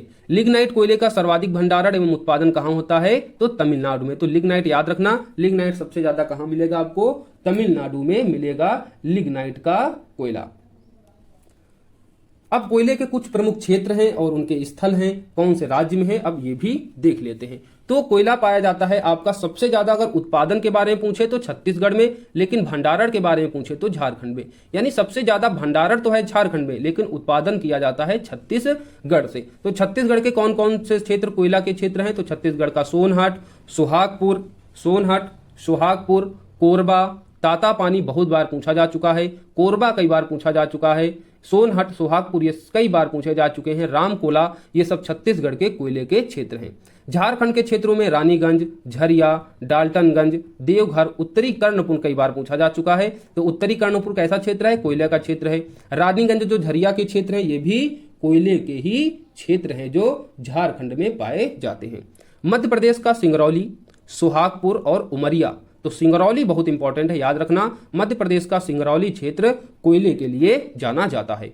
उड़ीसा का तलचर ईब नदी का जो क्षेत्र है, तलचर का क्षेत्र याद रखिए। और ईब जानते हैं महानदी की क्या है? सहायक नदी है जो उड़ीसा में बहती है। तो ईब नदी का क्षेत्र और तलचर का जो क्षेत्र है उड़ीसा में, यह कोयले का प्रमुख क्षेत्र है। असम का उसी तरीके से देखें तो मिकिर की पहाड़ियां और सिंगरी मारी की जो पहाड़ियां हैं वह असम की जो है कोयले के क्षेत्र हैं। भारत में बेसिकली कोयले के दो क्षेत्र हैं, एक तो गोंडवाना शैल जहां से आपको 90% से अधिक कोयला मिलेगा, दूसरा है टर्सरी युगीन की चट्टानें। और टर्सरी युगीन की चट्टानें कहां हैं? उत्तर पूर्व के क्षेत्रों में देखने को मिलती हैं, जैसे सिक्किम हो गया, मेघालय हो गया, नागालैंड हो गया। तो ये हैं आपकी टर्सरी युगीन की चट्टानें और यहां से भी कोयला देखने को कुछ मात्रा में मिलता है। तो सिक्किम में कौन सा है? तो सिक्किम में है रंगीत घाटी जहां से कोयला मिलेगा आपको, और असम में मिकिर की पहाड़ी और सिंगरी मारी। पश्चिम बंगाल में आप देखेंगे रानीगंज, बारजोरा और बीरभूमि। रानीगंज, बारजोरा और बीरभूमि, यहां से आपको मिलेगा कोयला। और उस दूसरी तरफ जो दामोदर घाटी, ऊपरी दामोदर घाटी जो है, तो यहां से भी आपको कोयला देखने को मिल जाएगा, यानी कोयला आपको यहां से मिल जाएगा। नेक्स्ट आते हैं मेघालय में। मेघालय में जानते हैं जो खासी की पहाड़ियां हैं या फिर बापुंगा का क्षेत्र, माओलोंग सीलिया का क्षेत्र, यहां से आपको क्या मिलेगा? कोयला मिलेगा मेघालय में। तेलंगाना में आप गोदावरी घाटी और सिंगरेनी, देखो मध्य प्रदेश का सिंगरौली है और तेलंगाना का सिंगरेनी और गोदावरी घाटी, जहां से आपको क्या मिलेगा? कोयला मिल जाएगा, यानी कोयले के क्षेत्र कोयले के क्षेत्र ये प्रसिद्ध हैं। डिफरेंट हमने राज्य देखे कि ये क्षेत्र किन किन राज्यों में है, इंपॉर्टेंट है, आपसे पूछा जाता है। इस तरीके से क्वेश्चन 68 बीपीएससी में पूछा भी गया था कि प्रायद्वीपीय भारत की नदी घाटियों में कोयले के प्रसिद्ध स्थल हैं, जिसमें डिफरेंट नदी घाटी दी गई थी। तो नदी घाटियों में आप देख रहे हैं कि पहला तो दामोदर की हमने देखा, उत्तर दामोदर की घाटी जो पश्चिम बंगाल का क्षेत्र लगभग आ जाता है, यहां पर कोयला होता है। दूसरी सोन और महानदी की घाटी देख रहे हैं, महानदी की सहायक नदी है ईब नदी जो उड़ीसा के क्षेत्र में देख रहे हैं, यहां पर आपको मिल रहा है। सोन नदी जो है या सिंगरौली और उत्तर प्रदेश का जो बॉर्डर में है, तो यहां से भी कोयला आपको देखने को मिल रहा है। ब्राह्मणी नदी घाटी, वर्धा और गोदावरी घाटी देख रहे हैं जो तेलंगाना के क्षेत्र में कोयले के लिए प्रसिद्ध है। इसी तरह इंद्रावती घाटी, कोयला, पेंच, कान्हन नदी घाटी, ये सभी जो हैं कोयले के लिए प्रसिद्ध है, क्योंकि ये सभी नदियां कहीं ना कहीं इन्हीं राज्यों से बहती हैं। अब देखते हैं हम प्राकृतिक गैस क्षेत्र। प्राकृतिक गैस क्षेत्रों में जगतिया एवं घोघा जो गुजरात में पड़ता है प्रसिद्ध है, मंगडम, अवादी, विरुबक्कम जो तमिलनाडु में है, नहरकटिया, मोरान क्षेत्र जो असम में स्थित है, और चरसवाला जो राजस्थान में स्थित है, नानचिक, मियाओ, पुंग क्षेत्र जो अरुणाचल प्रदेश में स्थित है, कृष्णा गोदावरी का जो बेसिन है, यहाँ पर बेसिकली प्राकृतिक गैस के क्षेत्र पाए जाते हैं। तो ये जो क्षेत्र है बस डायरेक्ट क्वेश्चन पूछा जाता है, इसमें कुछ वैसा समझाने वाला नहीं है कि आपको यहाँ पर समझाया जाए। एक चीज आपको यहाँ और याद रखना है कि जो प्राकृतिक गैस होती है वह अपतटीय क्षेत्रों में सबसे ज्यादा पाई जाती है। अपतटीय क्षेत्रों में जो नियंत्रण होता है वह किसका होता है? केंद्र सरकार का होता है। तो प्राकृतिक गैसें सबसे ज्यादा पाई जाएंगी अपतटीय क्षेत्र, उसके बाद असम, राजस्थान और त्रिपुरा में प्राकृतिक गैस सबसे ज्यादा पाई जाती है। और इसके कुछ डिफरेंट क्षेत्र हैं, जैसे असम में कौन कौन से इंपॉर्टेंट क्षेत्र हैं? तो नाहरकटिया, मोरान का क्षेत्र है। उसके बाद हमने क्या बताया, राज्यों में राजस्थान में भी प्राकृतिक गैस पाई जाती है, और राजस्थान के बाद त्रिपुरा, गुजरात में भी प्राकृतिक गैस पाई जाती है। गुजरात का क्षेत्र है जगतिया और घोघा, जहां पर प्राकृतिक गैस पाई जाती है। अरुणाचल प्रदेश का नानचिक, मियाओ, पुंग क्षेत्र याद रखना, और कृष्णा गोदावरी बेसिन जो है प्राकृतिक गैस के लिए ये क्षेत्र काफी प्रसिद्ध है। यहां से प्राकृतिक गैस व्यापक मात्रा में आपको मिलती है। और अगर आपसे पूछा जाए कि प्राकृतिक गैस सबसे ज्यादा कहां में होती है, तो अपतटीय क्षेत्र, उसके बाद ये सारे राज्य आएंगे। भारत में कच्चे खनिज तेल उत्पादन के 4 क्षेत्र हैं, जिसमें ब्रह्मपुत्र घाटी, गुजरात का तट, पश्चिमी तट और पूर्वी तट, जहां से कच्चे खनिज तेल मिलते हैं। ब्रह्मपुत्र घाटी देश का सबसे पुराना उत्पादक क्षेत्र है, ये आपको याद रखना है। तो तेल के मामले में ब्रह्मपुत्र घाटी, दूसरा क्या है? गुजरात का तट, तीसरा है पश्चिमी तट, चौथा है पूर्वी तट, जहां से कच्चे खनिज तेल के उत्पादन देखते हैं। ये 4 क्षेत्र फेमस है। अब जो पूछा जाता है आपके एग्जाम में, प्रमुख रिफाइनरी किस किस राज्य में ये स्थित है? तो असम की जो प्रमुख रिफाइनरी हैं, यहां पर डिगबोई, गुवाहाटी, बोगाईगांव, नुमालीगढ़, ये सारे जो हैं ये असम में स्थित हैं। ये सभी रिफाइनरी क्षेत्र हैं। सन अगर मैं याद करने के लिए कहूं तो केवल आप याद रखिए, डिगबोई असम में जो स्थित है, इसकी स्थापना हुई 1901 में। उसके अलावा कौन कौन से रिफाइनरी क्षेत्र हैं? तो डिगबोई, गुवाहाटी, बोगाईगांव, नुमालीगढ़। उसी तरीके से तमिलनाडु के 2 क्षेत्र हैं, मनाली और नागपट्टिनम। महाराष्ट्र के याद रखिए आप, बम्बई, ट्राम्बे महाराष्ट्र में स्थित है जो रिफाइनरी क्षेत्र है। आंध्र प्रदेश का याद रखिए आप, Tatipaka, this is the very important fact, और विशाखापत्तनम, ये रिफाइनरी क्षेत्र हैं। केरल का आप कोच्चि याद रखिए, उड़ीसा का आप पारादीप याद रखिए, पश्चिम बंगाल का हल्दिया याद रखिए, ये सभी रिफाइनरी क्षेत्र हैं। उत्तर प्रदेश का याद रखिए, मथुरा में रिफाइनरी क्षेत्र है। हरियाणा में याद रखिए आपका पानीपत, बिहार में रखिए आप बरौनी, बरौनी जानते हैं, बरौनी में बिहार की सबसे बड़ी जो है रिफाइनरी है, तो बिहार की क्या होगी? बरौनी। कर्नाटक की हो गई मैंगलोर, और गुजरात की हो गई कोयली रिफाइनरी। तो ये प्रमुख रिफाइनरी हैं जो विभिन्न वर्षों में स्थापित हुई। तो आपसे वर्ष नहीं पूछा जाएगा, लेकिन हाँ, कौन से राज्य में रिफाइनरी स्थित है ये जरूर पूछी जाएगी, जिसमें गुजरात का हमने कोयली रिफाइनरी, कर्नाटक की बेंगलोर, बिहार की बरौनी, हरियाणा की पानीपत, उत्तर प्रदेश की मथुरा, डिगबोई, गुवाहाटी, बुगबोई, निमालीगढ़, ये नुमालीगढ़ असम में है, मनाली और नागपट्टिनम तमिलनाडु में, मुंबई, ट्राम्बे महाराष्ट्र, विशाखापत्तनम, तातीपाका आंध्र प्रदेश, कोच्चि केरल, पारादीप उड़ीसा और हल्दिया पश्चिम बंगाल में। अब कुछ प्रमुख इस्पात संयंत्र हैं, उनकी स्थापना कब हुई ये देख लेते हैं, क्योंकि ये भी एग्जाम में आपसे पूछा जाता है। तो प्रमुख इस्पात संयंत्र और उनकी स्थापना में भिलाई देखें, जो छत्तीसगढ़ में पड़ता है, इसकी स्थापना हुई 1955 में, किसकी सहायता से? रूस की सहायता से। उसके बाद राउरकेला, ये स्थान भी पूछा जाता है कि राउरकेला कहाँ है, तो उड़ीसा में है, और इसकी स्थापना हुई थी 1959 में जर्मनी की सहायता से। दुर्गापुर जो पश्चिम बंगाल में पड़ता है, इसकी स्थापना हुई थी 1959 में ब्रिटेन की सहायता से। ये जो 3 हम देख रहे हैं वृहद इस्पात संयंत्र, ये जो है जो सेकंड पंचवर्षीय योजना आई थी, उसी पंचवर्षीय योजना में इनकी स्थापना हुई थी, जिसमें 3 प्रमुख इस्पात संयंत्र बनाए गए थे। पहला 1955 में रूस की सहायता से भिलाई छत्तीसगढ़ में, दूसरा 1959 में जर्मनी की सहायता से राउरकेला उड़ीसा में, तीसरा ब्रिटेन की सहायता से 1959 में दुर्गापुर पश्चिम बंगाल में। उसके बाद अन्य अगर इस्पात संयंत्र में देखें महत्वपूर्ण, तो रूस की सहायता से 1964 में बनाया गया था बोकारो जो झारखंड में पड़ता है इस्पात संयंत्र। अब हम पढ़ेंगे भारत की प्रमुख एल्युमिनियम कंपनियां। प्रमुख एल्युमिनियम कंपनियों की कब स्थापना हुई, किस देश की सहायता से हुई और कौन से प्रमुख केंद्र हैं इन एल्युमिनियम कंपनियों की। तो सबसे पहले तो आप जानिएगा ये जो हम कंपनियां पढ़ेंगी ये कैसी कंपनियां हैं, तो यह एल्युमिनियम कंपनी है। तो सबसे पहली कंपनी देखेंगे इंडाल्को। इंडाल्को की स्थापना हुई 1938 में कनाडा देश के सहयोग से। इसके प्रमुख केंद्र हैं जेके नगर पश्चिम बंगाल, मुरी झारखंड और अलवाय केरल में। तो इंडाल्को के प्रमुख केंद्र कौन कौन से हैं, जेके नगर, मुरी और अलवाय जो केरल में पड़ता है। इसकी स्थापना 1938 कनाडा के सहयोग से। दूसरा हिंडाल्को। हिंडाल्को की स्थापना हुई 1958 में। ये सभी कंपनियां याद रखना, यहां से क्वेश्चन बहुत पूछा जाता है। तो हिंडाल्को की स्थापना हुई 1958 में संयुक्त राज्य अमेरिका के सहयोग से। इसका प्रमुख केंद्र है रेणुकूट उत्तर प्रदेश। तो रेणुकूट उत्तर प्रदेश में कौन सी कंपनी है, हिंडाल्को की है, अमेरिका के सहयोग से 1958 में स्थापित हुई। उसके बाद बाल्को की स्थापना हुई 1965 में सोवियत संघ रूस की सहायता से। इसके प्रमुख केंद्र हैं कोरबा छत्तीसगढ़ में, कोयना महाराष्ट्र में। फिर आते हैं माल्को की स्थापना भी हुई 1965 में इटली देश की सहायता से। तो माल्को बना इटली की सहायता से। प्रमुख केंद्र इसके हैं चेन्नई, मेट्टूर, सलेम जो तमिलनाडु राज्य में स्थित है। नेक्स्ट आते हैं वेदांता एल्युमिनियम कंपनी की स्थापना 1976 में होती है जर्मनी देश के सहयोग से और इसका प्रमुख केंद्र है झारसुगुडा जो उड़ीसा में पड़ता है।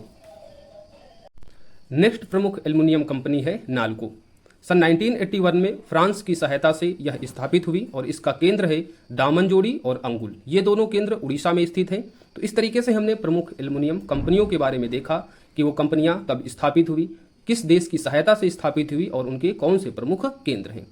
अब हम वीडियो के अंत में देखेंगे बंदरगाह। 13 प्रमुख बंदरगाह हैं। कौन कौन से बंदरगाह हैं, अब उनके बारे में एक बार हम लोग पढ़ लेते हैं। आप ये मैप देख रहे होंगे, तो इसी मैप के थ्रू हम लोग वो 13 बंदरगाह देख लेंगे। मुख्य रूप से पश्चिमी घाट में 6 बड़े बंदरगाह हैं और पूर्वी घाट में 7 बड़े बंदरगाह हैं। तो पश्चिमी घाट के पहले बंदरगाह देखते हैं। तो सबसे ऊपर देख रहे होंगे आप गुजरात के क्षेत्र में कांडला बंदरगाह। और ये कांडला बंदरगाह कैसा बंदरगाह है, तो यह है ज्वारीय बंदरगाह। ज्वार भाटा तो आप जानते ही होंगे, समुद्र की जो लहरें आती हैं उससे क्या बनता है, ज्वार। और जब समुद्र की लहरें वापस समुद्र में जाती हैं तो उसे कहते हैं भाटा। तो जब समुद्र की लहरें आती हैं तो यहाँ पर जो बंदरगाह यानी जो हमारे जलपोत होते हैं वह समुद्र में चले जाते हैं। तो इस तरीके से इसको क्या कहते हैं, कांडला बंदरगाह को ज्वारीय बंदरगाह। आपको याद रखना है, कभी कभी पूछा जाता है कि कांडला बंदरगाह पहले तो है कहाँ, गुजरात राज्य में, और यह कैसा बंदरगाह है, तो यह ज्वारीय बंदरगाह है। दूसरा आते हैं नीचे उसके मुंबई में। तो मुंबई में यह सबसे बड़ा बंदरगाह है। दूसरा सबसे बड़ा कृत्रिम बंदरगाह है मुंबई का। इसका नाम क्या है, जवाहरलाल नेहरू बंदरगाह, और इसका पहले नाम था नोआ शोवा का बंदरगाह। नेक्स्ट आते हैं गोवा में है मार्मा गोवा बंदरगाह। उसके बाद केरल का कोचीन बंदरगाह जो एक प्राकृतिक बंदरगाह है। अब कृत्रिम बंदरगाह और प्राकृतिक बंदरगाह में अंतर क्या होता है, कृत्रिम बंदरगाह ऐसे बंदरगाह होते हैं जो आर्टिफिशियल रूप से बनाए जाते हैं, और प्राकृतिक बंदरगाह ऐसे होते हैं जिनका निर्माण जो है वहां की प्रकृति के हिसाब से होता है, वहां की भौगोलिक परिस्थितियों के अनुसार अपने आप वो बंदरगाह का रूप ले लेता है। तो कृत्रिम बंदरगाह पूछे सबसे बड़ा तो बताएंगे मुंबई का बंदरगाह, जवाहरलाल नेहरू बंदरगाह जिसका नाम है। और अब आएंगे पूर्वी घाट में। पूर्वी घाट में सबसे पहले हम नीचे से देखेंगे तमिलनाडु के क्षेत्र में है तूतीकोरिन का बंदरगाह, और यह कैसा बंदरगाह है, ये भी प्राकृतिक बंदरगाह है। नेक्स्ट चेन्नई बंदरगाह। चेन्नई बंदरगाह कैसा बंदरगाह है, तो यह कृत्रिम बंदरगाह है और सबसे प्राचीनतम बंदरगाह है। आप इसे याद रखिए कि चेन्नई का बंदरगाह सबसे प्राचीनतम मुख्य बंदरगाह है चेन्नई। अब चेन्नई समझ गए होंगे कि यह तमिलनाडु में होगा। देन एन्नोर का बंदरगाह। एन्नोर का बंदरगाह भी कहां पर स्थित है, एन्नोर का बंदरगाह भी स्थित है आपका तमिलनाडु में, और यह सबसे बड़ा कंप्यूटराइज्ड निजी क्षेत्र द्वारा स्थापित बंदरगाह है। इस बात को आप याद रखिए कि सबसे बड़ा कंप्यूटराइज्ड निजी क्षेत्र से स्थापित बंदरगाह एन्नोर बंदरगाह है जो कहाँ स्थित है, तमिलनाडु में। देन विशाखापत्तनम बंदरगाह, विशाखापत्तनम बंदरगाह प्रमुख प्राकृतिक बंदरगाह है और स्थल से गिरा हुआ यह गहरा और सुरक्षित पत्तन है। यानी ये जो विशाखापत्तनम बंदरगाह है ये स्थल से घिरा हुआ एक प्राकृतिक बंदरगाह है और विशाखापत्तनम कहाँ होगा? आंध्र प्रदेश में। देन पारादीप बंदरगाह कहाँ है? उड़ीसा में है। इसके बाद हल्दिया और कोलकाता बंदरगाह, ये दोनों बंदरगाह कहाँ स्थित हैं? तो ये दोनों बंदरगाह स्थित हैं पश्चिम बंगाल में और ये दोनों बंदरगाह हल्दिया और कोलकाता स्थल नदी द्वीपीय पत्तन हैं। तो इस बात को भी आपको याद रखना होगा, ये द्वीपीय पत्तन है और ये दोनों बंदरगाहों के नाम याद रखना। हल्दिया बंदरगाह पूछा जाए तो आप कहाँ बताएंगे? पश्चिम बंगाल में। तो इस तरीके से हमने 13 प्रमुख बड़े बंदरगाहों को देख लिया। कांडला गुजरात का ज्वारी बंदरगाह, मुंबई जो सबसे बड़ा कृत्रिम बंदरगाह है मुंबई का, मार्मो गोवा, कोचीन केरल का, तूतीकोरिन चेन्नई, एन्नोर, ये तीनों तमिलनाडु में है। एन्नोर सबसे बड़ा कंप्यूटराइज्ड निजी क्षेत्र द्वारा संचालित बंदरगाह है। चेन्नई सबसे प्राचीनतम कृत्रिम बंदरगाह। विशाखापत्तनम आंध्र प्रदेश में है, प्रमुख प्राकृतिक बंदरगाह जो स्थल से घिरा हुआ है। कोलकाता और हल्दिया बंदरगाह जो पश्चिम बंगाल में स्थित है। इस तरीके से हमने ऑलमोस्ट ज्योग्राफी के उन सभी तथ्यों को, उन सभी टॉपिकों को पढ़ा जो आपके एग्जाम में अक्सर पूछे जाते हैं। इस तरह हमने अपनी ज्योग्राफी को कंप्लीट कर लिया है। 5 भागों में इस इंडियन ज्योग्राफी को हमने पढ़ा और अलग अलग भागों में डिफरेंट टॉपिकों को उठाया और आई थिंक आप लोगों को सारी चीज़ें समझ में आई होंगी। जो भी समझ में ना आया हो आप उसे कमेंट बॉक्स में जरूर बताएं। इसके बाद किस सब्जेक्ट को शुरू किया जाए इसको भी जरूर बताएं। तो हमने भारत के भूगोल को पढ़ लिया है। आई होप अब अगर एग्जाम में क्वेश्चन पूछे जाएंगे तो उन्हें आप गलत नहीं करेंगे। पीडीएफ फॉर्म से आप इसका रिवीजन करेंगे, बाकी 1-2 बार इसको वीडियो को देखेंगे जरूर, कंप्लीटली पेशेंस के साथ आप लोगों को देखना है क्योंकि हमारे सिलेक्शन के लिए कुछ ऐसी चीज़ें होती हैं जो हमें इरिटेट करेंगी, जो हमें तकलीफ देंगी, दर्द देंगी, लेकिन सिलेक्शन क्या होगा? इन्हीं से होगा। क्योंकि जब तक आप इन्हें पढ़ेंगे नहीं, समझेंगे नहीं, तब तक जो है आप प्रश्नों को सॉल्व नहीं कर पाएंगे। ये सारे जो पढ़ाए जा रहे हैं ये सभी चीज़ें बहुत ही एनालिसिस करके, प्रीवियस ईयर क्वेश्चन पेपर को एनालिसिस करके किस तरीके से अब बीपीएससी नए ट्रेंड पैटर्न में क्वेश्चन बना रही है उसी हिसाब से आप लोगों के क्लासेस प्रोवाइड की जा रही हैं। इसलिए आप इन्हें बहुत अच्छे से देखें। आई होप आप लोगों को ये वीडियो पसंद आ रहे होंगे। अगर आपको इनसे लाभ मिल रहा हो तो इन्हें लाइक करें, दोस्तों में इनको शेयर करें जिनसे हमें भी थोड़ा मोटिवेशन मिलता है। और उसके बाद चैनल पर नए हो तो इसे सब्सक्राइब कर नोटिफिकेशन बिल को जरूर प्रेस कर दें। मिलते हैं नेक्स्ट वीडियो के साथ में, जब तक के लिए थैंक यू, जय हिंद। पढ़ते रहें और मुस्कुराते रहें।